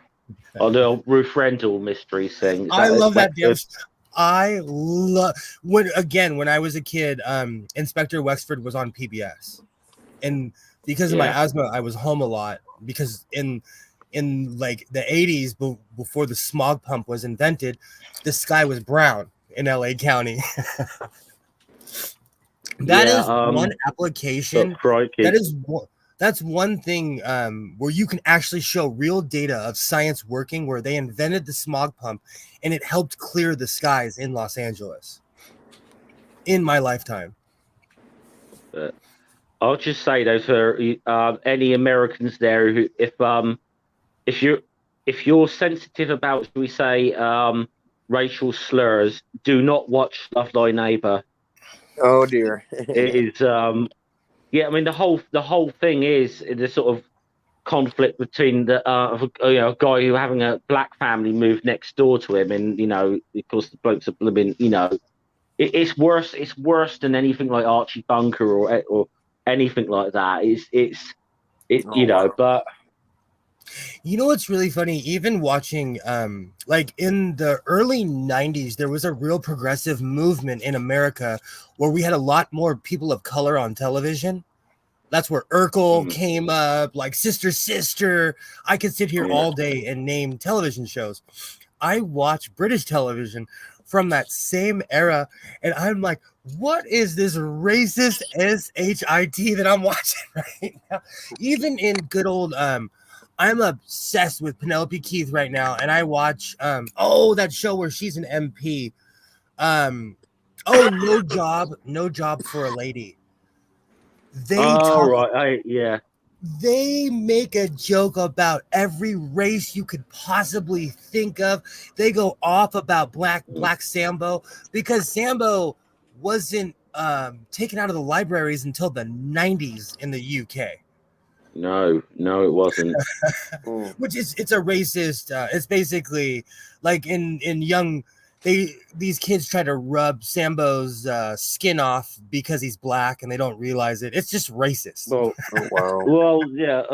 Sambo is a racial slur, Oh, absolutely. So it is a racist slur. And so, but in American television in the 90s, they were kind of already in the model of how our television is now, where it's way politically correct. You can't say shit unless you have a mouthful, And in the UK, it was still very much. I was going to say, because you actually watched a lot of like American comedy shows in the 90s and stand them up next to British ones. I mean, the American ones are way more PC than we were. In the 90s, there was a real push for integration. And that's why you saw way more people of color. Like that model kind of died in the early aughts, and it just went back to the way it was. But people stopped watching television though. Like in America, at least, the the red box killed it, and then Netflix killed it, and then YouTube took over. Like, I have TV just so I can watch my sports teams, you know? Well, part of what killed that was that, you know, the cable TV got to be so ludicrously expensive that, you know, people started thinking, why are we paying $100 a month just to have TV? You know, especially when you had things like Netflix that you could control when you wanted to watch stuff. Absolutely. And Netflix and is what killed it. probably pay a lot less for it. Yeah. The first thing I did, because I'm obsessed with the news, is when I got rid of cable the first time. I have cable now, but that's just because I'm a boomer. But when I discovered Netflix, I just subscribed to the LA Times, which I was subscribed to every Tribune newspaper in America. So I had my news and my entertainment, and I just didn't watch cable anymore. Yeah. The other thing that I really think happened was that, you know, they were originally trying to go for diversity, and they went too far to the other end, that there was a period that every sitcom was about a black family. You couldn't find white people on TV anymore. In the 90s, that's how it was.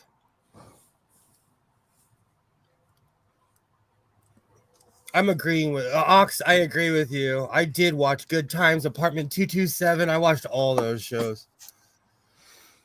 Oh yeah, I watched most of those too. See, but the thing is, like, I don't know. It's weird because I grew up in the burbs. So I hear people speak and say things, and I'm like, oof. I grew up in Mayberry compared to where most people live, you know? So I grew up having some of those experiences that you saw on television of, like, you know, your neighbor is Southeast Asian next to the black family to the white, you know, like, it's just really diverse here. I pretty much grew up in Mayberry too. I still wave to my neighbors. Like I'm not kidding you. I have a neighbor who is a Mormon, and he's a sheriff. I walked up to him one day when my pot plants were babies. I was like, ew, smell this. I was so proud of my plants. And he's like, oh, that's awesome. Like, well, you know, Fuck you. We coexist here. You know, even though I may not agree with his job or anything, like, we have to get along because we live in the same area, you know. If I did that to a sheriff where I'm at, dude, it would probably mean 2 years in jail. He's the one who talked me into getting stocks into pot shops. Or actually plants and growing like that, shit, that could get me way more than 2 years. See, that's so weird to me because it's a plant. I have a plant in my backyard that's growing, just like I have chili peppers that are growing. I have grapes that I've already picked and eaten. You know, like, I grow food. What's the difference between growing chili peppers and growing pot, you know? After you cultivate your chili peppers, do you give it away? Give it away now? I have Mother's Milk on vinyl. You just reminded me. Well, I need to go in the rafters. I have that. I have the original Red Hot Chili Peppers on vinyl. Beautiful. It really is the weird thing about pot, because it's even legal to brew your own alcohol. Mm-hmm. Mm. Even here in California, where there is a law for everything, I could make White Lightning in my garage if I have the proper setup. Yeah, there are federal laws that regulate specific amounts you can brew for personal use. I actually know I know two people that brew their own beer. I know one person that went full Drew Carey and has two giant 30-gallon. I'm probably underestimating. They're huge. They're like 7 or 8 feet tall, but he lives out in the middle of nowhere and he makes his own beer.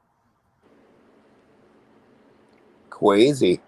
Yeah, he's the kind of person where he is now at the point of his brewing where he's like, hey, if you bring me an empty champagne bottle or something, like, I'll give you some beer for free. Well, and you know, the reason for that is that nobody ever claimed that they were using pot for religious rituals. Don't we make we me got start the my brewing own. alcohol through. We got the brewing alcohol through because the Mormons claimed it was a religious rite. I think that's been tried before. Because I like think Jamaicans. there Sorry, Jeff. because yeah, I think it's been tried before with pot because I know like some sort of like shamanics and shamans and so on, they managed to get like ayahuasca sort of for use in religious ceremonies, which is like, let's be honest, way worse than fucking pot if you have a flipping trip on that shit, you know. Well, and some of the Native American tribes, claim peyote for religious rituals. But the In way Arizona. the way they get around that though is that they can only use it on the reservations Okay, because then they're not subject to any state laws. sorry. As someone who actually did peyote on a reservation irresponsibly, I will say that is so very true. That is so. It shocked me how in one of the most regulated states, Arizona, and when I lived there, like if you got caught with a seed, you're going to jail. How you can do peyote out in the middle of the desert and wander around for 2 days, as long as it's on reservation property. It's the strangest thing. But yeah, if you go to Arizona, you can find peyote real quick. And I'm not saying anything that people don't know, and do not take any medical advice from Godless Sewing ever. How's it going, Theo? Hey, Theo. Yeah, I don't know anything about Rastafari. So in the Rastafarian, it's just it's a way of life, I should say. I don't want to misquote, but like smoking weed is just like a part of life. But it just depends, like if, no one's going to put up with that. Let's just put it that way. Oh, yeah. I wish Iowa would just fucking get with the goddamn 21st century already. And that's what trips me out. My plants they're growing. They're like 4 or 5 feet now. Like, and to me, it's just something I go out and water every day, and I go talk to my plants and water them. I don't know. It's not a big deal. When they deregulated it here in California, it became less of a problem. Crime rate went down. Did you happen to hear about just over the last couple of years the legislation going on in Iowa for medical marijuana?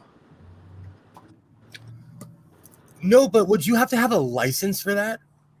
Well, I mean, you can be prescribed medical marijuana like any other medicine, but of course, without the prescription, you could be arrested. And like leaf plant marijuana is still illegal. Smoking marijuana is still 100% illegal. But like edibles and tinctures and oils, stuff like that, that's the medical stuff you can have, and the legal amount has been recently increased to 4.5 ounces, I think it is, of the oil or tincture stuff that you can legally purchase with a prescription in 90 days. Oh, wow. That's the most you can have in 90 days. And doctors were saying, what if we need to prescribe more? What if the patient needs more? And they finally did get a medical exemption so that doctors can prescribe more, which kind of doesn't make sense to even have the law then, because doctors can prescribe whatever they want to you, apparently.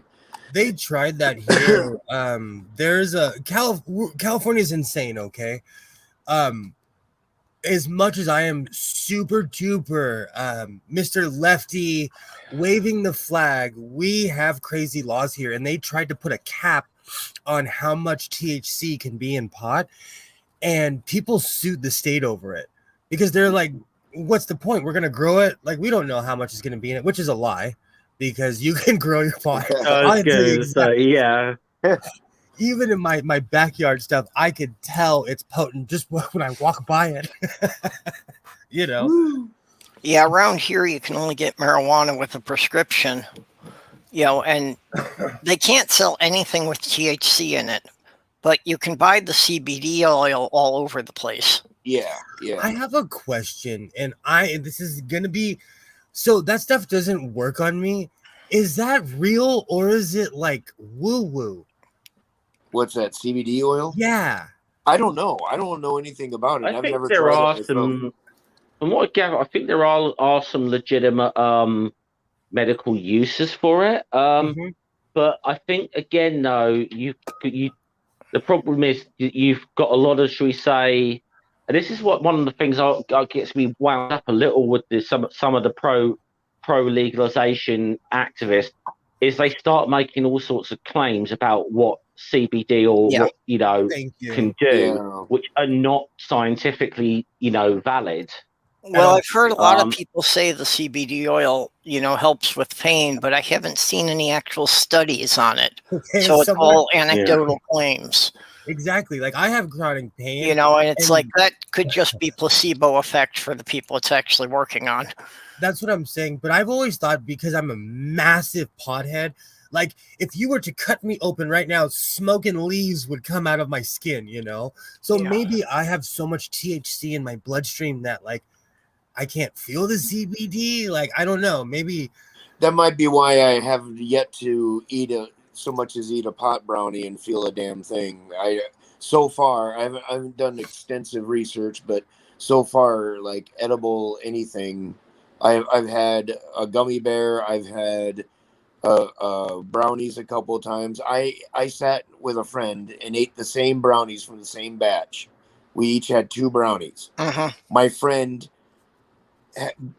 had the best high he had ever had from compared like he usually smoked it. He never ate it before, and he was not a regular user at all, just did it once in a while. He got it knocked his socks off. Did not a fucking thing to me at all. Did nothing. It was just a gross brownie. I'll just say one of the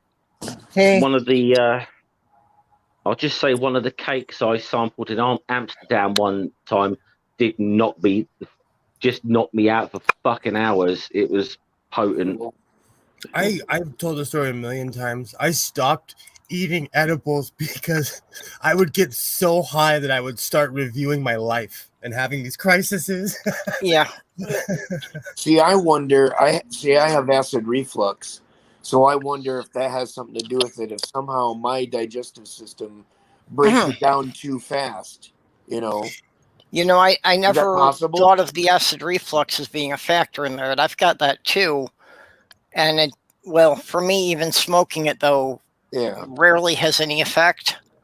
And to the point that, friends have taken that as a challenge to get the most potent stuff they can to get me high. And it's like, I've smoked up several dozen times with other people floating around, and I'm sitting there waiting for something to happen. I've only got high twice in my life, and that was, as much that I was having way too much alcohol at the same time. I'm sorry, but speaking of waiting for something to happen, I just realized that was a mannequin behind Will there. Oh, yeah. Oh, I have several. Should I plug it in? Because hold on. Well, you can't see. The angle's bad, but it has a camera in the eyeball. Oh, groovy. Oh yeah, and it's hooked up to that monitor. But I have miles of cord in this room. But yeah, that one's actually semi-functional. And I'm an atheist, so that's just plastic behind me. Somebody named Stool, who shall be not named Stool, is always freaked out by mannequins. And like, I think as human beings, we put our properties on things. Like, that's just plastic. Toy Story isn't real. Sorry, guys. Like, Woody and Buzz are not real. They don't. A soul. There's no such thing as a soul. No, and your mannequin was not bothering me at all. By the way, Yeah. it was just that it took me a while to watch it and to see if it was moving. I finally decided it was not real. So You know, it's so funny. Like, I'm all tough guy. If that thing moved, I would literally jump over the computers and run out of this room. If that thing... I wouldn't. I'd jump at the mannequin and I'd look it over. I'd be examining it top to bottom, meticulously, immediately. What the fuck made it move? What was that? This one I had at the job, and what I did was old school. I put a camera in the face and everything, and I hooked it up, and I ran it from one office to another. But then too many people complained to the boss above me, so I was told to get that thing the F out of my office. Because let's be real, a lot of people are creeped out by mannequins.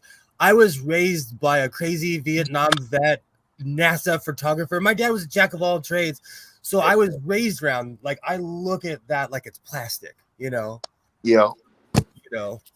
Oh, I actually kind of dig mannequins. I think they're kind of cool. And I have another one that I use as a dress form, so I can totally sew on it. Like that thing's a tool. I love this one, the torso one that I have. Yeah. You know, Anton LaVey like had this this setup with mannequins in his basement. He had his basement set up like a kind of, I think, maybe 50s, maybe late 50s, early 60s style bar or something. He had like people sitting at the tables dressed in clothes from different time periods. But it was actually very, very interesting. That's crazy. Yeah, you should check out a movie called Speak of the Devil. It's it's an interview with Anton LaVey in his house, and he just talks about himself and his life. Yeah, he shows his setup in the basement. It's pretty actually pretty badass. Because I went through this weird phase of trying to piss off my parents. So like, first I became Muslim, and then I went straight Satanist when I realized that Muslims have real rules, and it's one of the most rigid religions on earth. And I'm not bad mouthing it, but you know, they have a lot of rules. That's all I'm saying. You know. Yeah. And so I think I've seen the Anton LaVey Buddhist. I try to be a Buddhist. I don't have the patience to be a Buddhist. Well, you know, when I decided Christianity wasn't, giving me the answers or giving me any real answers, you know, I took up sun worship. You know, overnight I became a sun worshiper. Well, not overnight, but first thing the next morning.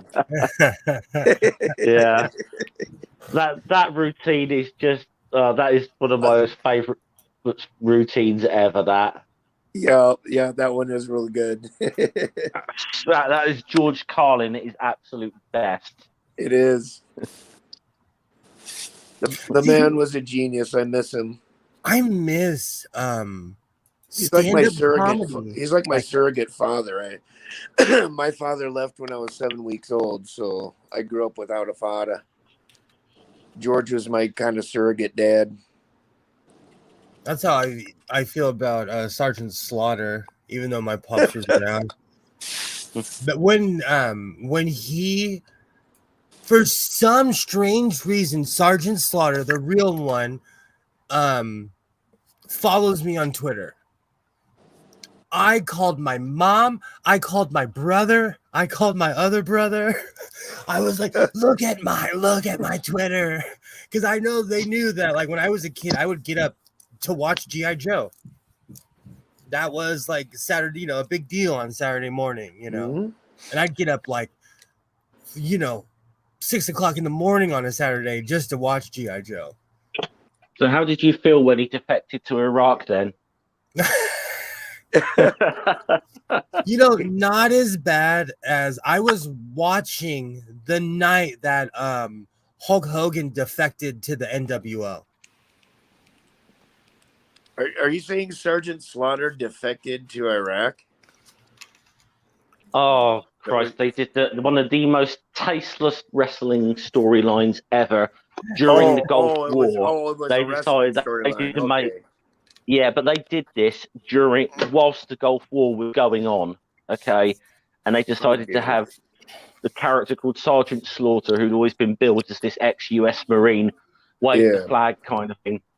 They decided to have him defect to Iraq in the middle of this thing. It was a very tasteless thing to do. Really, it was because it was just exploiting the war.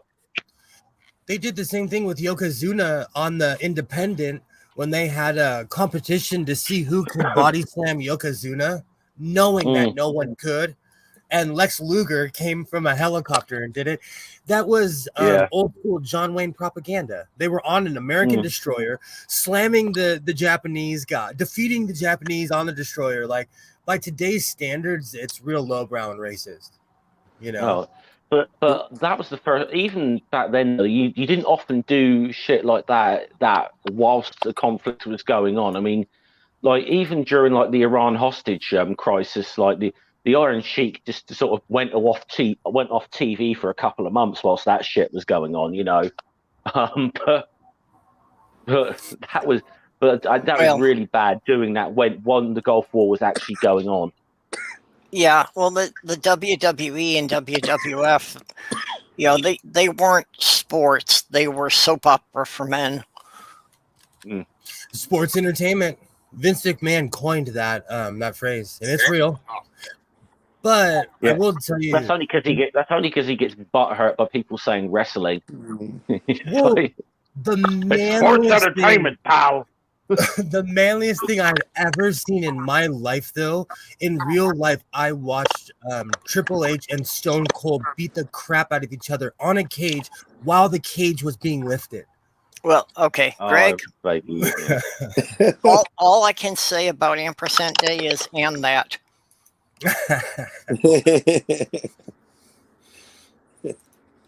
So I know it's fake, but I watched two grown men beat the holy crap out of each other. And you could hear them hitting each other.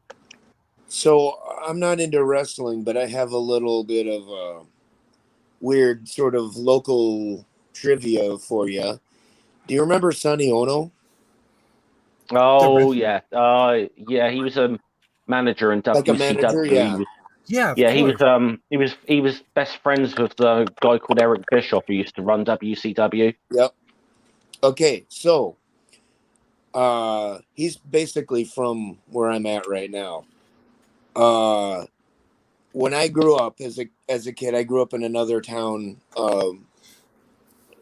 couple towns away from here, but he ran the most famous karate dojo in my area. And he did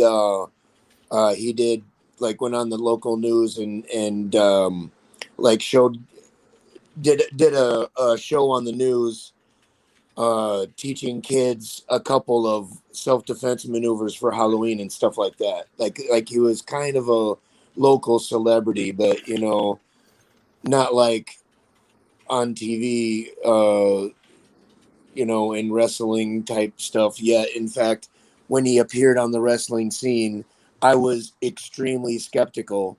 I'm like, no, that's not our Sonny Ono. And yeah, it was.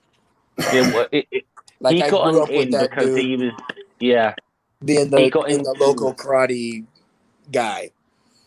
Yeah, well, he I think even before both of them got into wrestling, Eric Bischoff and Sonny Ono were business partners in some venture or something that didn't quite work out that well. But yeah, that's kind of how Sonny Ono ended up in wrestling. He was like good friends with Bischoff. Bischoff is ruthless, though. All of those wrestling guys are sociopaths. They are, especially the ones that are making the real money. Because they know they only have a certain window, you know, unless they are like Sergeant Slaughter, because Sergeant Slaughter is still a part of WWE, you know. Oh yeah, he still works backstage at something. Doing something, and has been basically never stopped, you know. Wait, you mean even John Cena? I think it's a There's real a business difference, with a though. lot of paranoid people in it, you know. John Cena is an independent contractor. Sergeant Slaughter works for the actual company. There's a Yeah, difference. Like even The Rock is a private contractor. Stone Cold Steve Austin, they basically get the name and move on. that's their joke. That's the joke of it, though, isn't it? That their private contractor status for their wrestlers, because but yet they sign it when they sign it, but you can't go and work anywhere else without permission or anything. You've got to, you can't actually do any work outside of there. Yeah, they but sign you're still an exclusive independent. agreements. Yeah, it's an absolute joke, the independent contractor status.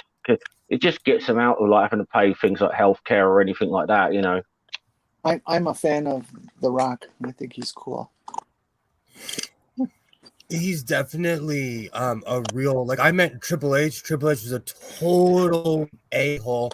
I met The Rock, shakes your hand, looks you in the eye, jokes with you, a real human being. Real, like I really respect The Rock. Yeah, my brother-in-law was working airport security at the Minneapolis airport when Andre the Giant came in. You know, and he said he was like that too. He was just, joking with everybody there as they were trying to run him through the security check. The Crusher used to live in the next neighborhood over from where I was in Milwaukee. Sting. There's actually a statue of him up in Milwaukee now, isn't there? I don't know. I would say I don't think so, but I haven't heard for sure. There may be, but I don't know of it. Do you guys know who Sting is? Oh, yeah. The singer? No, the wrestler. He lives in my hometown, and it's not rare to see this humongous buff dude in the grocery store. He's another one who's a total nice guy. He's a bit of a winker, and it's creepy when some like 60-year-old muscle dude's like, hey, you're like, hey, and he's like, hey, and he winks at you. But no, he winked at me, and it really made me feel objectified. Well, as long as he doesn't blow you a kiss, it's okay. In LA, that's considered a first date. You gotta watch out around here. Be careful who you blow a kiss to. That's dating. That sounds like lesbian dating. Yeah.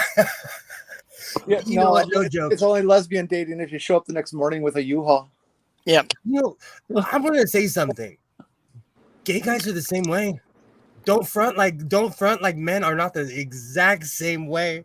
Guys in Hollywood, being with somebody for a month is considered a gay year.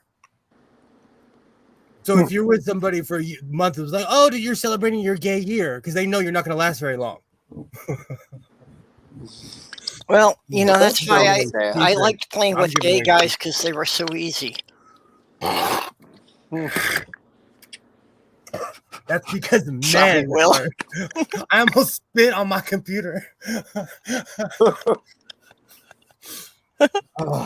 Oh, yeah, because men are easy. It's sad but true.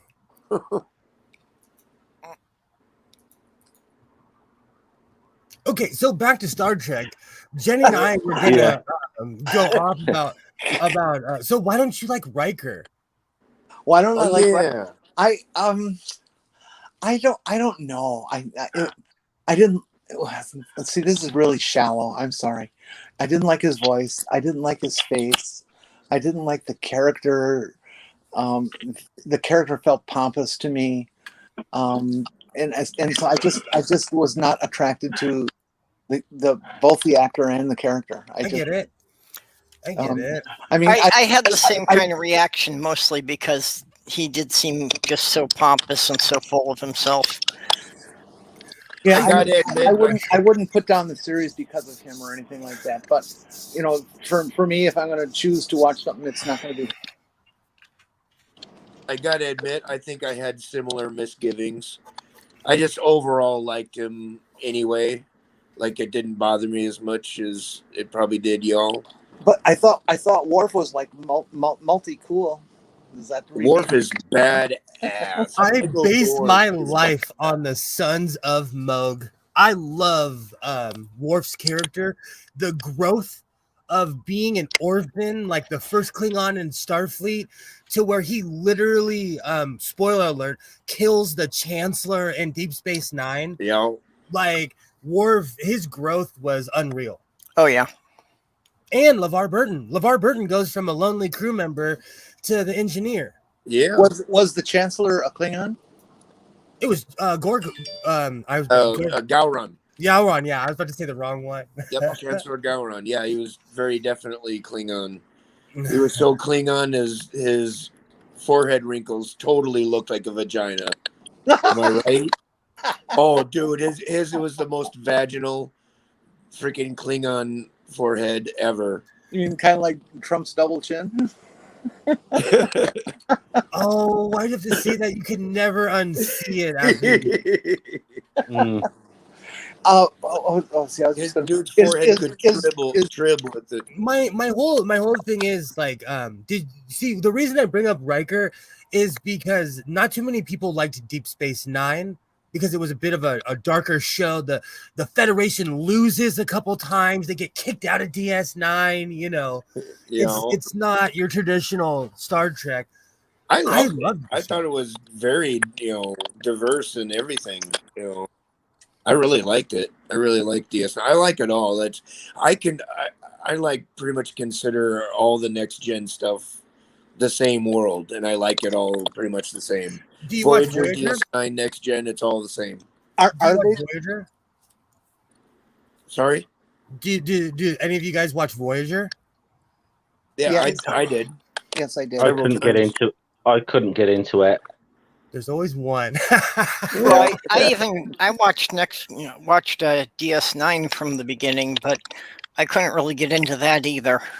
So I didn't really watch like halfway through the second season. I have to admit, I watched Voyager because of the feminist perspective with the captain. Yeah. What's her name? I forget. Janeway. Yeah. The funky doctor dude. Again, I had the issues. Oh, Robert Picardo is an Fuck yeah. amazing. Okay. I'm being. no, Robert I'm Picardo. Neelix. Oh, Neelix was awesome. Felix.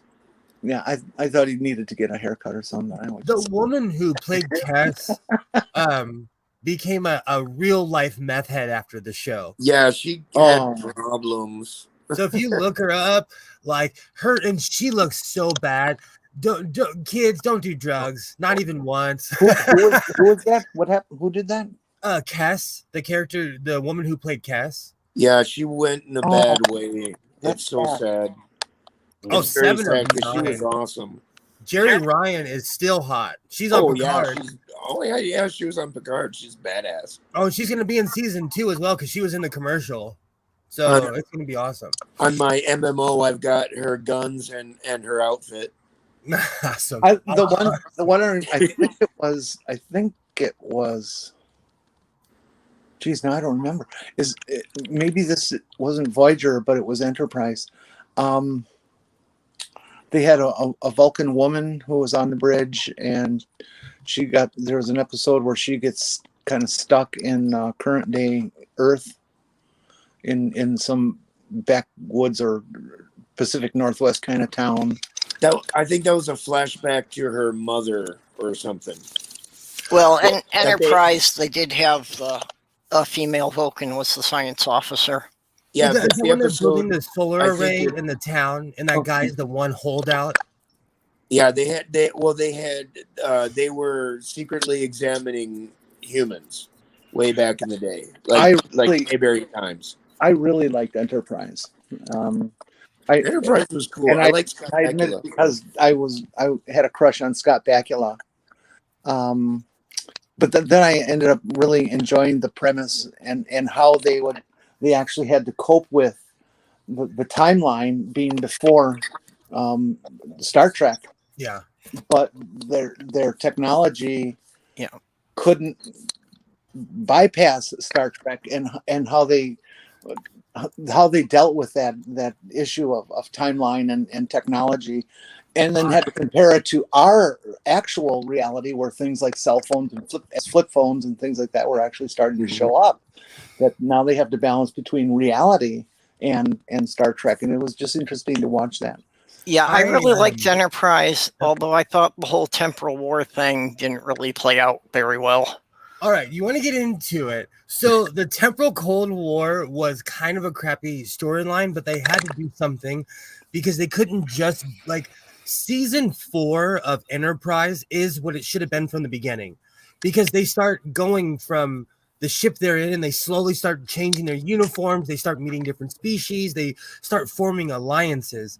Yeah. Season 1 and 2 was like, oh, we're gonna meet and greet the cast, and season 3 was the Xindi storyline, which a lot of people didn't like, but they needed an enemy in the show. Yeah, I didn't think it was the best. I thought it was a little boring. They had definitely had better story arcs. And I'm such a other geek. Maybe stuff. I'm just easily. I mean, I liked it. I still liked the story and the show and everything. But Well, and they could have done something with the Xindi themselves without the temporal war, or they could have left that out altogether. And they could have had, as they're exploring these planets, they could have like made the Andorians into a major enemy that, they were exploring the sector and they kept running across planets with the Andorians over and over. See, but that's the thing about Enterprise is they kind of did for a while at first, didn't they? Yeah, but they really weren't humans' enemy. They were the Vulcans' enemy. Exactly. They stuck to canon. See, that's the one thing about Enterprise that a lot of people hate about Discovery is that Enterprise held on to the Star Trek canon. They kept the Klingons. They kept everything.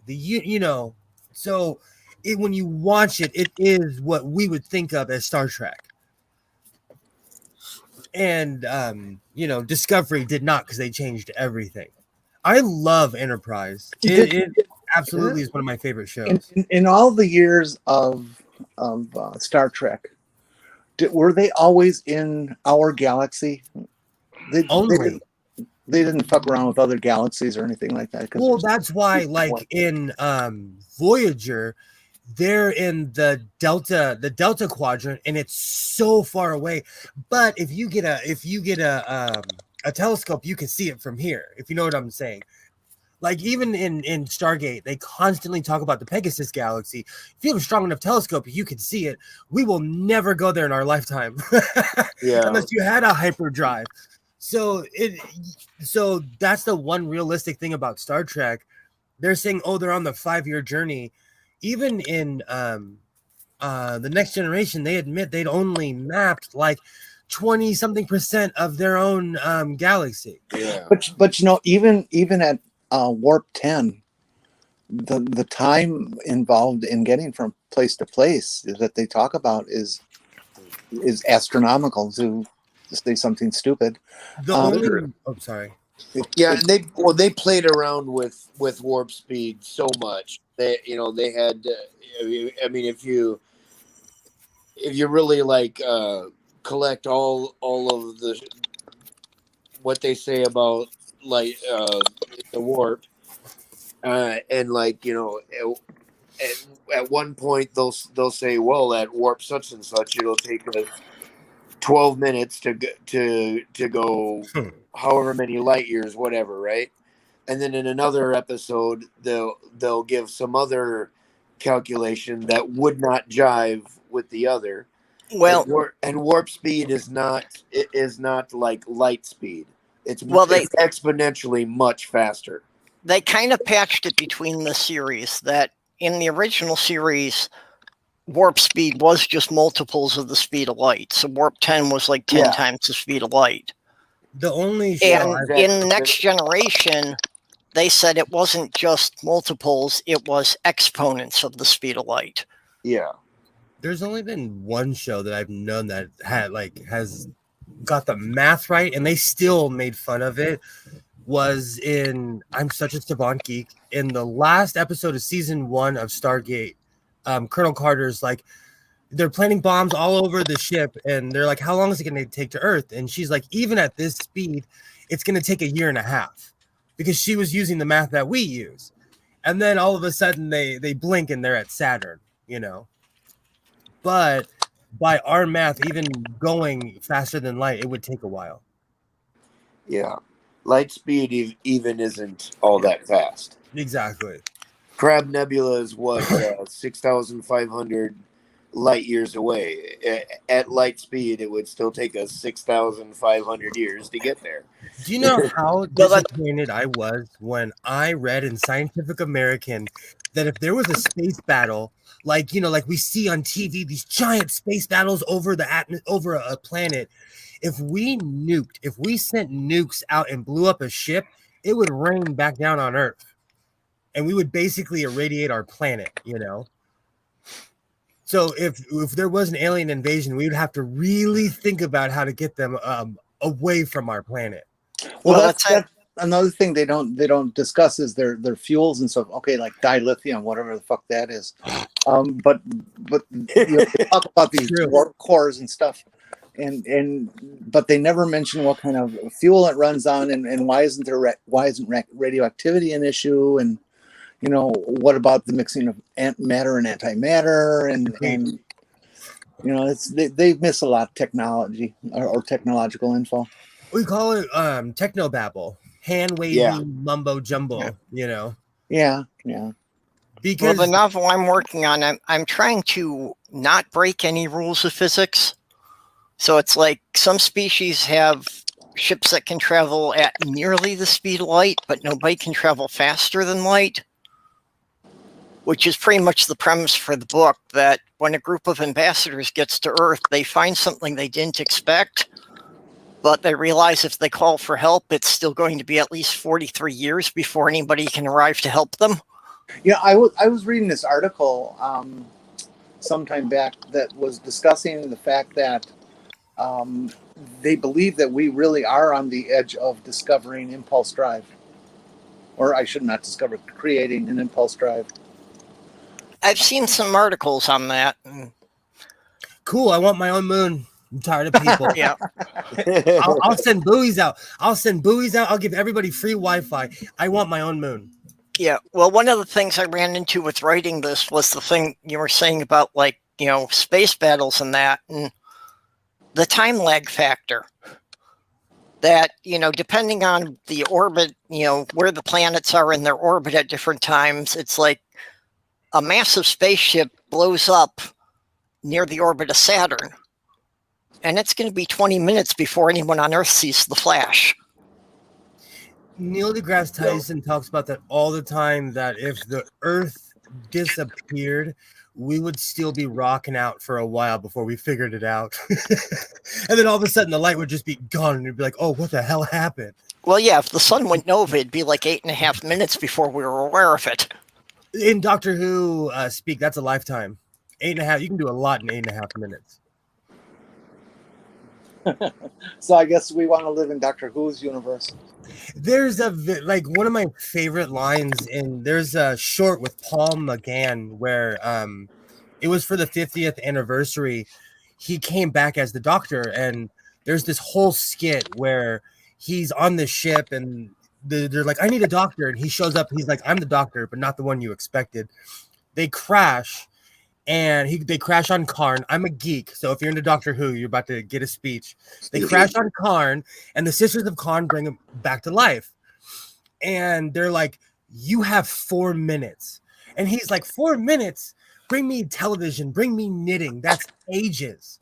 I'm arrogant like that. Like, you give me 8 minutes, I'm gonna make you a sweater with a big middle finger on it. But that's the Doctor Who mentality. Like, you just keep going no matter what, So I've always admired that, those sassy lines in Doctor Who. You should watch that. It's a short. It's awesome. Cool. Paul, it's well made. Well, of course, because it's from the BBC, but it's awesome. Did you ever see the Fox movie Doctor Who that had That was Paul McGann, wasn't it? Yeah, Paul McGann, amazing. I bought a few of the Big Finish books because of him. I've mentioned before that we were never treated to having Doctor Who here for any extended, consistent period. So I really don't know that much about Doctor Who except for the fandom and some of the poop I've heard. But I have seen 2 episodes that I really liked, and one is called the Christmas episode, and some kind of snowy thing in the end of it, and all this touchy feely stuff. I really enjoyed that one, and then the other one was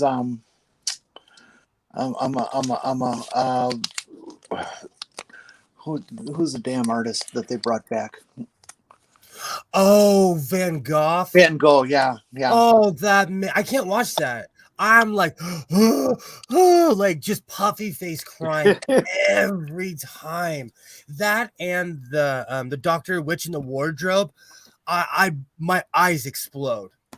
The Doctor Who makes me cry all the time. Well, again, back in the late 70s and the 80s, a lot of the US PBS stations were carrying the older Doctor Who. And I know that both the Chicago and the Twin Cities PBS stations aired most of the episodes of Pertwee, Tom Baker, and Peter Davidson. LA was Tom Baker and Sylvester McCoy. I've seen every Sylvester McCoy episode, and I like Sylvester McCoy. I think he was so underrated. And it was both Peter Davidson and Sylvester McCoy, because Tom Baker was the Doctor that everybody remembered, it was really hard for them to follow that up. Well, yeah, I mean, it was Peter Davidson, and then they had Colin Baker, who I didn't think really got a real fair shake as the Doctor. He didn't really get long. And then it was Sylvester McCoy, and it was really weird. They cancelled the show right when it was starting to get good again. It was Absolutely. Do you know Colin Baker was an amazing actor who had crappy scripts? Yeah.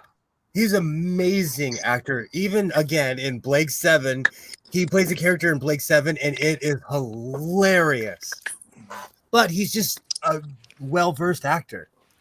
Well, and part of the problem, for any movie or TV show is that the writers and the actor have to have the same understanding of the character. Mm-hmm. If they don't quite agree on who the character is, it's just not going to work. Or even if you put them in different settings, I'm not trying to go too far out in the weeds, but like I watch Are You Being Served? So there's an Are You Being Served UK version, and then there's an Are You Being Served Australia version. The Australia version only lasted 2 seasons because it was creepy. I've become a major fan of Australian TV. PBS has started to show lots of it, and every damn one that I've seen has just been a wonderful production. Both in terms of the production value, but also the plots and actors. It's also been kind of fun because I've seen a couple of shows where it's the same actors but in a different role. Of course, from one show to the other, and it's kind the BBC was always great for that. But yeah, my favorite BBC show from the 70s was Good Neighbors, and then it was like after that, it was like those same 4 actors were in every sitcom they did for the next 20 years. I'm currently in love with, and again, it's a feminist bent on my part. A show called, it takes place in Australia, so it's Australian TV, called McLeod's Daughters. The basic premise is a guy dies and his daughter inherits the big Australian farm, and he has a stepdaughter who moved away with the ex-wife and now has come back after the death and inheritance and stuff, and they decide to continue running the farm, and the other people on the farm are also women, and so it's like a 5-woman operation to run the farm, and I enjoy it. I really haven't seen much of the Australian stuff. It doesn't really focus on feminism per se, but it focuses on a lot about relationships and things like that. So it's enjoyable for touchy-feely people like me. And it's wonderful to see all these powerful women on horses and leather and sweaty and things. I'm sorry. Nothing wrong with that. I had to I actually had to Google what you meant by the good neighbours. That was called the Good Life in the UK. Yeah. I was trying to think. I was like, what is that? Yeah. Sorry. And of Yeah, they course, had to rename it when they brought it to the US because there was another Yeah. show called The Good Life here. Yeah. But obviously, yeah. I mean, most of them all. Well, I mean, obviously, you know, Will's already talked about Penelope Keith and so on. They all went on to have. I mean, my favourite obviously was Paul Eddington in that when he went on to do Yes Minister, which was Yep. fucking Yeah, I watched brilliant. all those. They were brilliant. Felicity Kendall is one of my few celebrity crushes. Mm. Who's she? She was in a number of BBC sitcoms in the 70s and 80s. Mm. Yeah, I'll find a picture.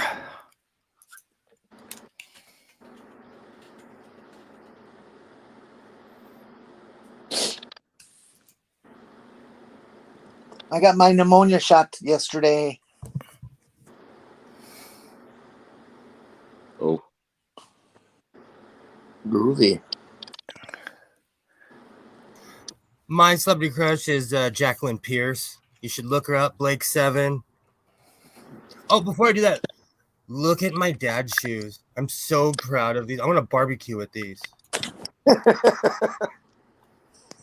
Doc knows what's up. Are you going to These wear are- an apron that says "Kiss the Cook"? I really These like are- those shoes.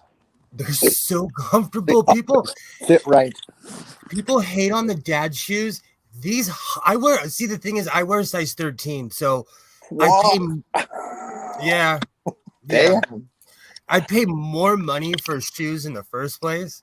So, a long time ago, someone gave these to me, and I'm not going to turn down free shoes ever.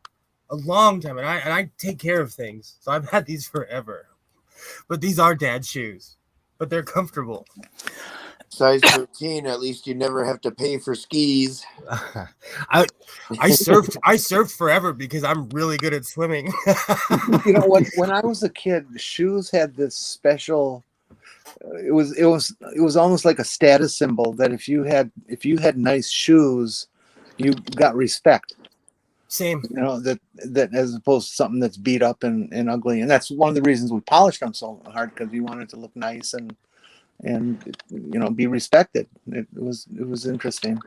Okay, here's a shot from Good Neighbors. So this was Felicity Kendall in 75. This does look familiar now. The premise of it was that they decided to become self-sufficient, but they didn't want to leave their suburban house.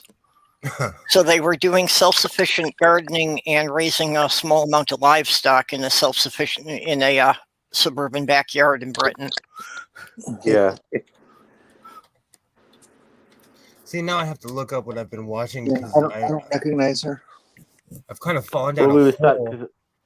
because you mentioned Will mentioned Penelope Keith earlier, who plays one of the neighbours in that. Yeah. And it's she plays she kind of got a little bit typecast as being a sort of upper class snob kind of thing, unfortunately. But And she said in an interview that she was more like Jean Price in that show No Job for a Lady. She was a total lefty, but she always got cast as this snobby lady, and she was like, I was never like any of those people, you know. Let's see, No Job for a Lady. What else have I been watching? Oh, Home to Roost. I've become obsessed with Home to Roost. I've been watching that. Of course, Inspector Wexford. I'm trying to look at the British shows I've been watching. Are You Being Served? I watch way too much British television. And have any of you caught the show Frankie Drake Mysteries? No. It's Canadian. It's really good though. Oh God, the woman who's the lead, she's this stunning redhead. I don't know if it's real red, but it is in the show. And she used to be the female lead in this American show that I never was impressed with. The Listener. I never heard of it. Yeah, it's this really weird show. It's about some guy who's a paramedic who can read your thoughts and shit. Which is just such a bogus premise. Have you ever heard of a gay Victorian affair? You said Canadian television, and it reminded me of a show. Gay Victorian? No. You should definitely check it out. It's about a gay man who does BDSM in the Victorian times. Oh, no shit. That's pretty racy. Oh, that's why it only lasted like a season or two. I liked it, but not everybody's into that kind of stuff, I would love to see that. That's you never know though, because I have two funny stories about my mother. First, my mom is a staunch Catholic, and I walk in and she's watching like the L Word or something, and I didn't say anything. There was these two women just totally macking on each other, and that was more funny. What is today? Wednesday. 4 days ago. Let's rewind. 2 weeks ago, my mom calls me and she's like, "I'm gonna do a seance. I need you to come over to my house." She knows I'm an atheist. What? Yes, my mom's total Catholic. She's going through it right now because I think it's because she watches all those damn ghost hunter shows and everything else, and she watches like gory movies. Like we are the product of what we're around. So, anyways, I show up with my son because he's with me Monday through Friday, and my mom is scaring my son. And in the middle of it, my sister's there. Another person I know my whole life is there. In the middle of it, I look at my son, and I'm like, "Oh, this is all bullshit. Don't worry about it. They're just dancing and making the house smell like ass." I hate the smell of sage. I'm sorry. I'm a bad hippie. I think it's gross. It smells like a campfire after a festival. I'll tell you what. There's a couple of things I don't miss about because I told you I used to be a pagan. There's a couple of things I don't miss. One of them's burning sage, and the other one's drinking mead. Ugh. I do not miss either of them. I love mead. Why can't do people stand hate this mead? stuff. I have it so seldom though. I'm okay with mead, but sage, I don't know. And this is my entire life. It's not like something where on a whim I'm like, "Oh, sage is gross." Like, no, I just don't like the smell of it. And when they're doing that, they're gonna waft it around every inch of a house, while they're doing that. And you get it in your skin, and it's hot here, so we're all sweaty, even with the air on. Yeah. It was 108 4 days ago. You are not avoiding sweat if you even take 2 steps outside, So last Saturday, she decided to have another one with more people, and this time she didn't invite me. Well, I'm interested in this. I always thought that things like seances and stuff were just absolutely sacrilege to any Christian, and specifically Catholics and stuff like that. They are. But my mom's into the woo, she's kind of fallen down that rabbit hole. And I have a niece who claims that she's a witch, and she'll give my mom the dumbest ideas because I work with my mom. I check on my mom. I'm old school. Like, my mom now lives alone after living with my father for 40 something years. Like, I check on her just to make sure she doesn't burn the house down. So I hang out with my mom every Saturday. She listens to these dumb ideas that my nieces tell my mom. They're like, "Oh, walk around the house, put an egg or something like that." I'm bad. Like, she told me, "Put this sage on the table and blah blah blah." I went and put it out with a hose. I was like, the neighborhood, I'm not gonna, the neighborhood doesn't have to be punished because my mom's losing it, Well, I have to say, when I was a pagan, I kind of went with what Sandy's saying here. That, I believed that the skeptics were like psychically blocking things from happening. so that's why they couldn't observe them. What's your mom trying to accomplish with the seance? Calling somebody from the grave, or She that, and she feel like, let's be real, my mom was 10. No, she was way younger than my dad. My entire family is aging out. When I say aging out, they're all dying, because I come from a much older family. Most of my aunts and uncles are in their 70s and 80s now, so we've had at least a family member die every year up until 2020. We had 6 family members die every year. And so my mom's trauma, including my father and her mother, which is my grandmother, who I hung out with as well, because no one hung out with her. So I would go hang out with her every Saturday. She lived to be 99. She actually died in my house. Because where I'm from, you take care of your family. I just want to see somebody do a seance where they call up somebody's grandpa and he just says, "Why are you bothering me? At the funeral, you said rest in peace. I'm dead. Let me rest." My whole thing is like, and I did get this from Neil deGrasse Tyson. I'm going to ask, what are you wearing? Where are you?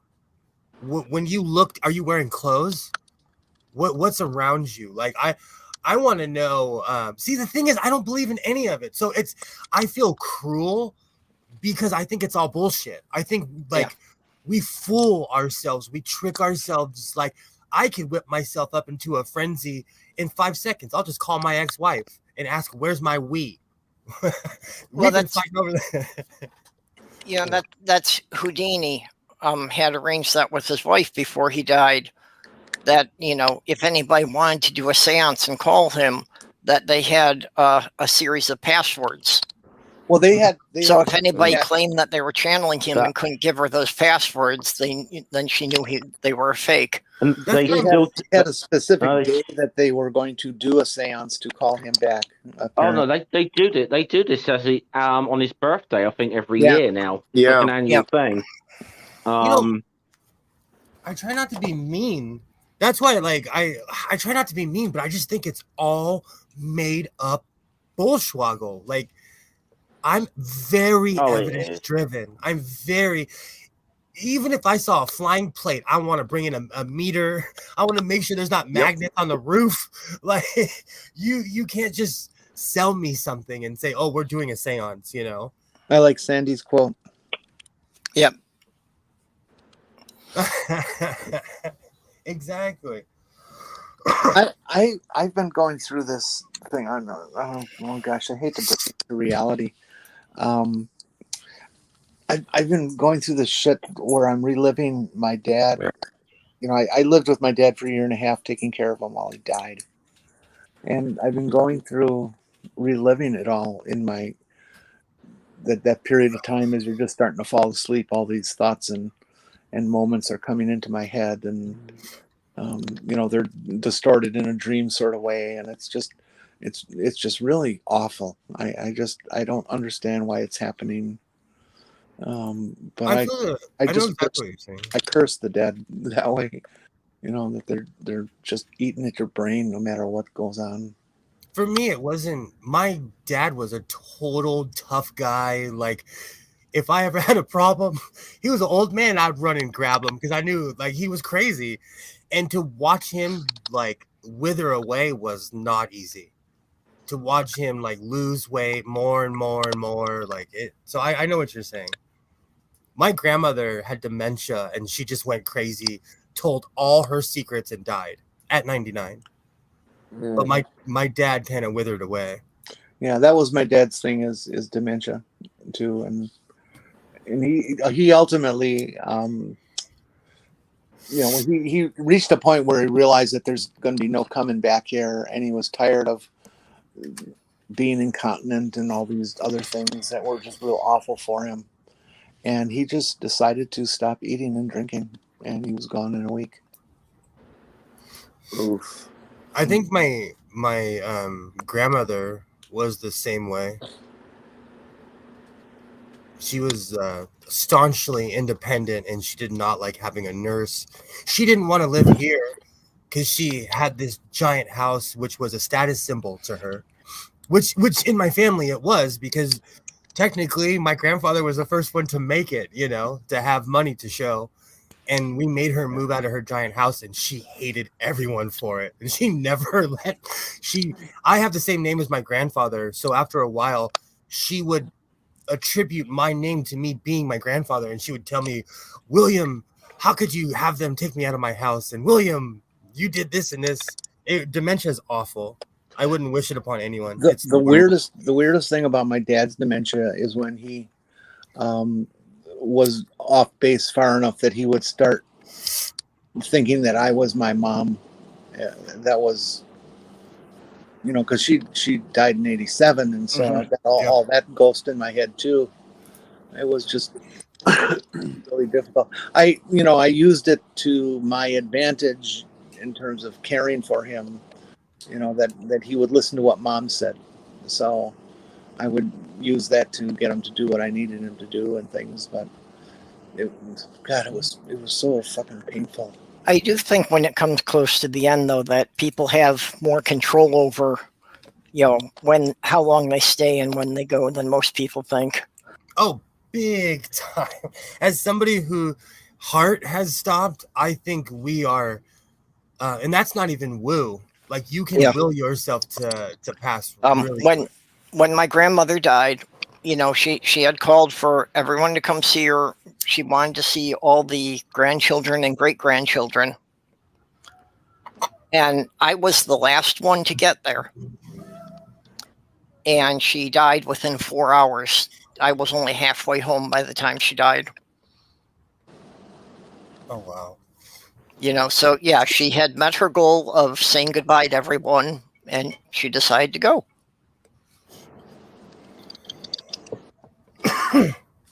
My mom,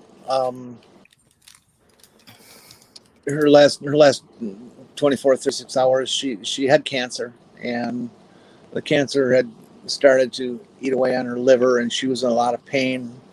And they knew that if they took out this section of her liver, that the pain would be reduced. There's no doubt she was going to die eventually here, but they thought that, well, let's reduce her pain. And she ended up going into a coma during the surgery. Oh, wow. And so, there was, they give him a bunch of drugs to keep him alive and shit. And then once everybody's gathered and all that kind of stuff, they withdraw the drugs, and it's just a matter of sitting around until the effect is gone from any of the drugs. And it takes 6 to 10 hours for that to happen. And so she had no control. It was just a question of waiting until the line went flat. That was yucky. Sadly, I think that's what's happening to my neighbor I was talking about earlier. That's a real life hoarder. I think she's on hospice, and I live in a neighborhood where we all know each other, so we are nosy as hell.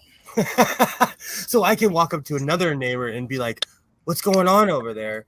And she now has 24-hour-a-day care with nurses, and that's never a good sign. Yeah, dementia is what really scares me, more so than dying. The idea of still being here and, losing touch with not being able to, understand what I'm doing day to day. I had my doctor's appointment yesterday, and one of the things that I had to talk to her about is memory issues. I've been having trouble. Maybe, I don't know if maybe you've noticed it while on shows here and we're talking about stuff where I just stop because I can't find a word, even though it's something I know or know very, very well, and I just can't pull it out. And she gave me one of these memory tests. Turns out to be the same one that Trump took. And he unfortunately beat me. I couldn't remember the 5 words, only 4. So having a memory isn't all it's cracked up to be.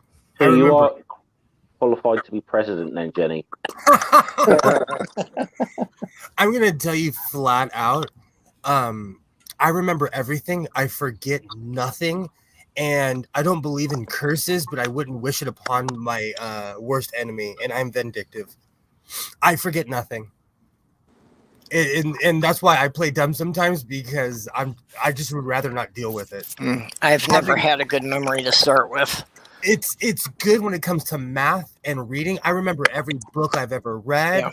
Every, like, there's certain shows I watch. I'll click it on, like, oh, I've already seen this. And someone's like, oh, what did I just say? I'll remember that. But when it comes to like holding grudges and I'm not mad about things from 20 years ago, but I remember them.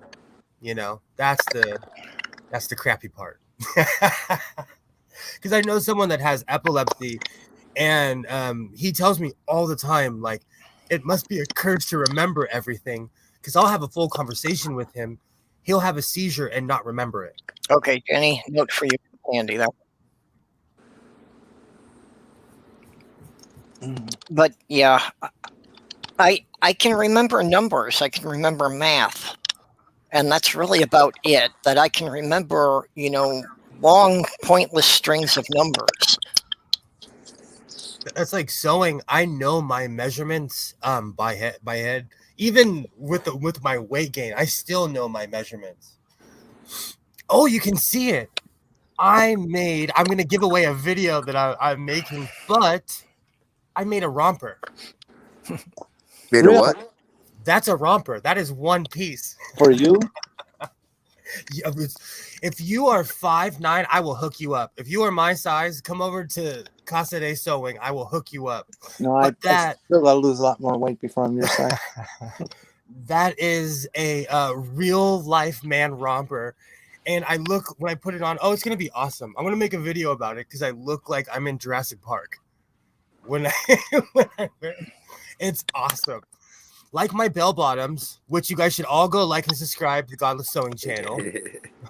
I fell in love with when I made bell bottoms. I put them on almost every time I make a video because it's just hilarious. Yep. And but I made a man onesie, and it's more under the category of what in the sewing machine, but it's awesome. Well, I fit that size range. I've always been not quite 5'9". I'm like 5'8" and 7/8. Me too. Anyone that says they're 5'9" is really 5'8". Yeah. So just allowing for rounding errors, I'm about 5'9" and 175 pounds. That was my exact weight up until COVID hit and I fell in love with cornbread. Well, until I was about 45, I'd never gone above 160. Do you put actual corn in your cornbread? No.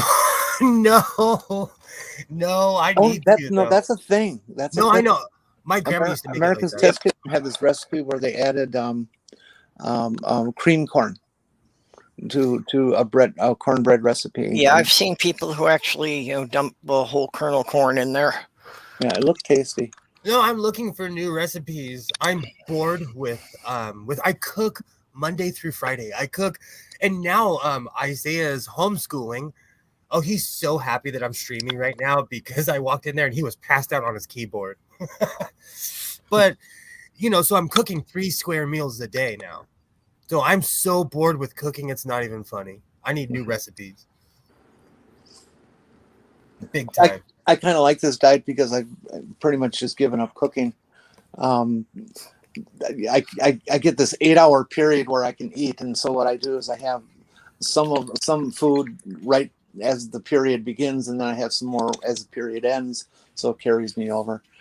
But I've also cut down how much food I'm eating and what calories of food I'm eating, and I'm pretty much like living on small sub sandwiches and ramen noodles. It's just real mindless to prepare food these days, but it's working.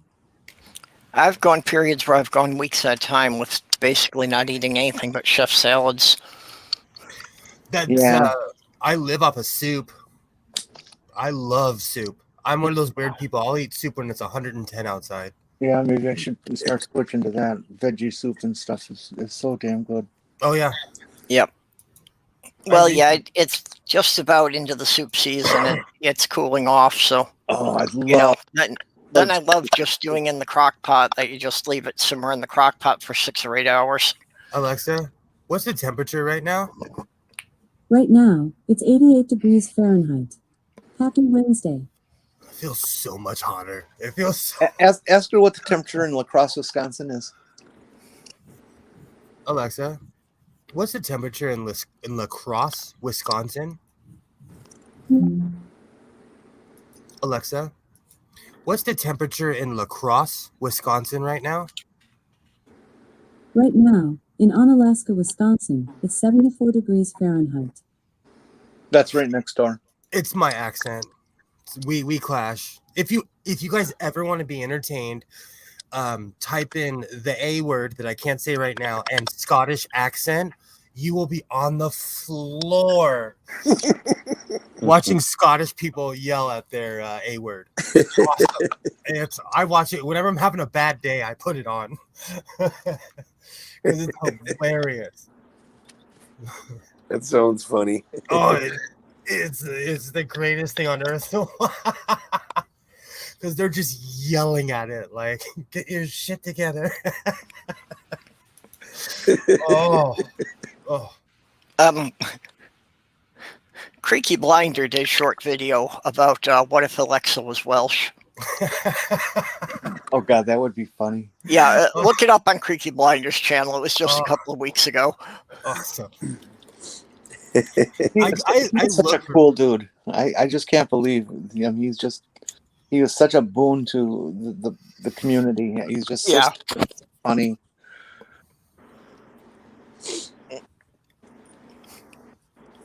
Okay, well, I think that maybe I should wind it up here. We've been going about 3 hours, and I still have a couple of things I gotta get done today.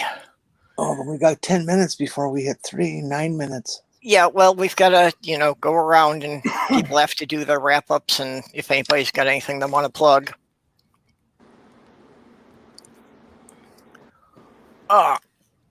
So who wants to start?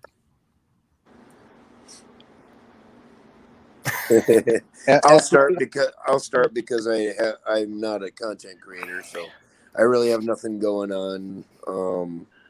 I'm gonna end up having a Thursday off, so I might try to make the show another Thursday night here in a couple weeks. Okay, that's about it.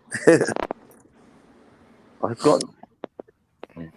got nothing like scheduled, but I might do a short video around the weekend sometime or something if I can if I can just find something to put out. To be honest,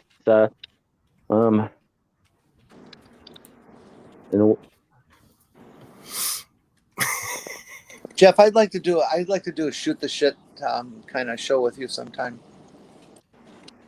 Thought I'd put that out there. Yeah, sure. Yeah. All right, you ready? You guys ready? All right. I'm Godless Sewing from the Godless Sewing channel.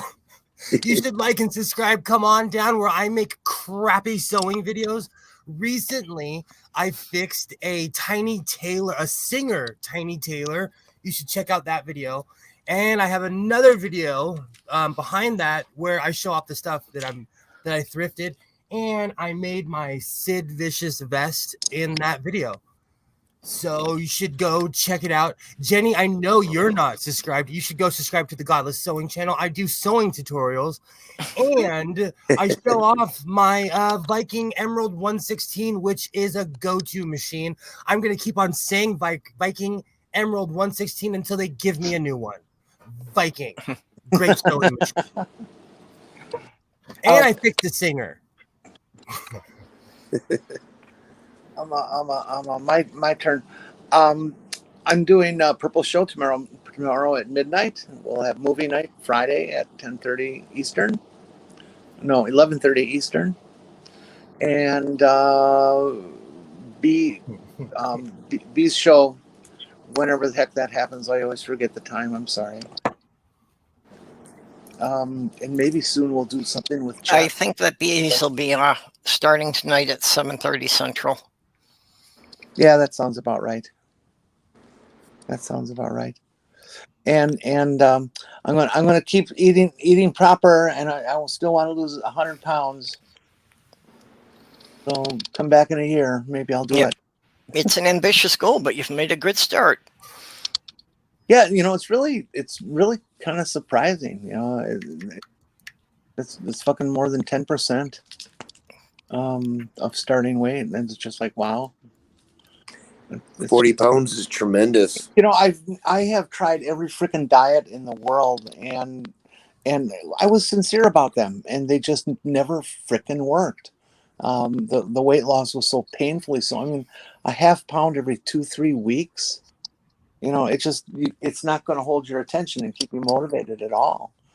But with this cardio rehab work that I've been doing, and the attitude they've gotten my head into is just making all the difference. And it really is attitude, and exercise is actually kind of fun. I managed to lose like 5 pounds in June, but then I plateaued again, and I haven't been able to lose any more since then. I'm just kind of stuck at this one point, and it would be nice to take a little bit off of this belly. I put on gangster rap and dance around this very room. Yeah, well, I'm trying to do the treadmill. I had wanted to do it every day. I haven't been able to hold to that. So, just trying to do the treadmill several times a week of basically what works out to be walking a half mile each time. I would love to be able to do a dance kind of routine for weight loss. My knee won't tolerate it, but it'd be fun. That's one of the reasons I do still dance, is because I used to do a lot of dancing, and ever since my car accident, it really has aged me. And so I'm trying to get back into the routine because I was really active, and I can't play hockey until I get medically cleared. I can't get medically cleared if I can't move my hips. I just want to make a plug for cardio rehab. I'm going twice a week for an hour and a half, and basically I go in and I'm on a stationary bike or this other machine called a new step, or I do both actually, and then a little weightlifting in between. And I work my ass off as hard as I possibly can, and I sweat like a pig. But when I started, I was able to walk maybe 50 feet, 100 feet, and I was completely out of breath and had to sit for like 5 to 10 minutes. And from the coffee shop just now, I'm still slow, but I was able to do it, and that's about a quarter mile. So it made a huge difference. And I'm very thankful that they got me involved. Okay. I would like to make a plea for our friend Stool. That he is wound up on very hard times. That he is wound up forced out of his home, and he's living in a not too enchanted shelter. That he's managing to do some maintenance work there, that in exchange for food. So if anybody can afford a couple of bucks, and he lost his computer and everything in it. So the only thing he has is his cell phone, which is broken. And he was looking at buying just a used cell phone. He's not even looking at anything big, but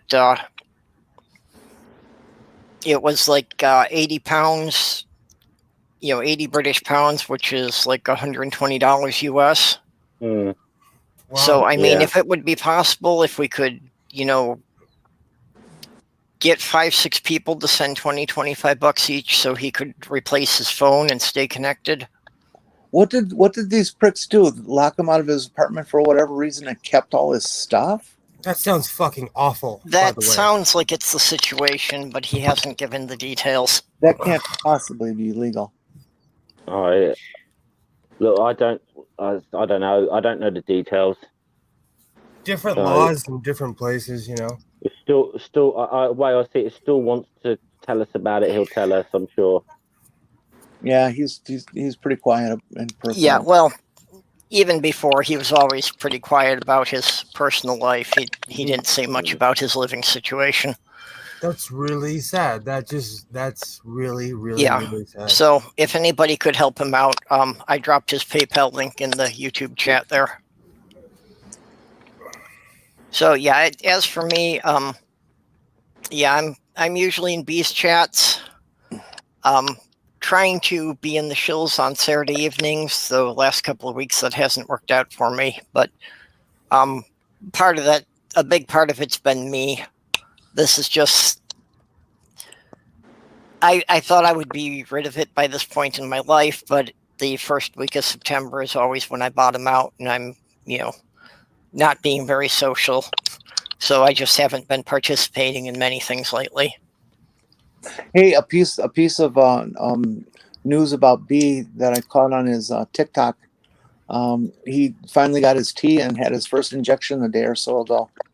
Oh, And so okay, he's cool. Awesome. happy about it happening.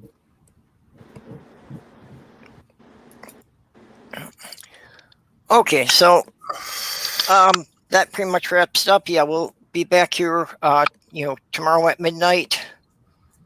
So going into Friday morning, and Friday is Blame It on the Large Hadron Collider Day. So yeah, tune in with us for a full explanation for that. I got a list on that one. Yeah, I don't get it at all. It sounds fun. Okay, so well, with that, goodbye, everyone. Goodbye, everyone. Bye. Love you, Goodbye. chat.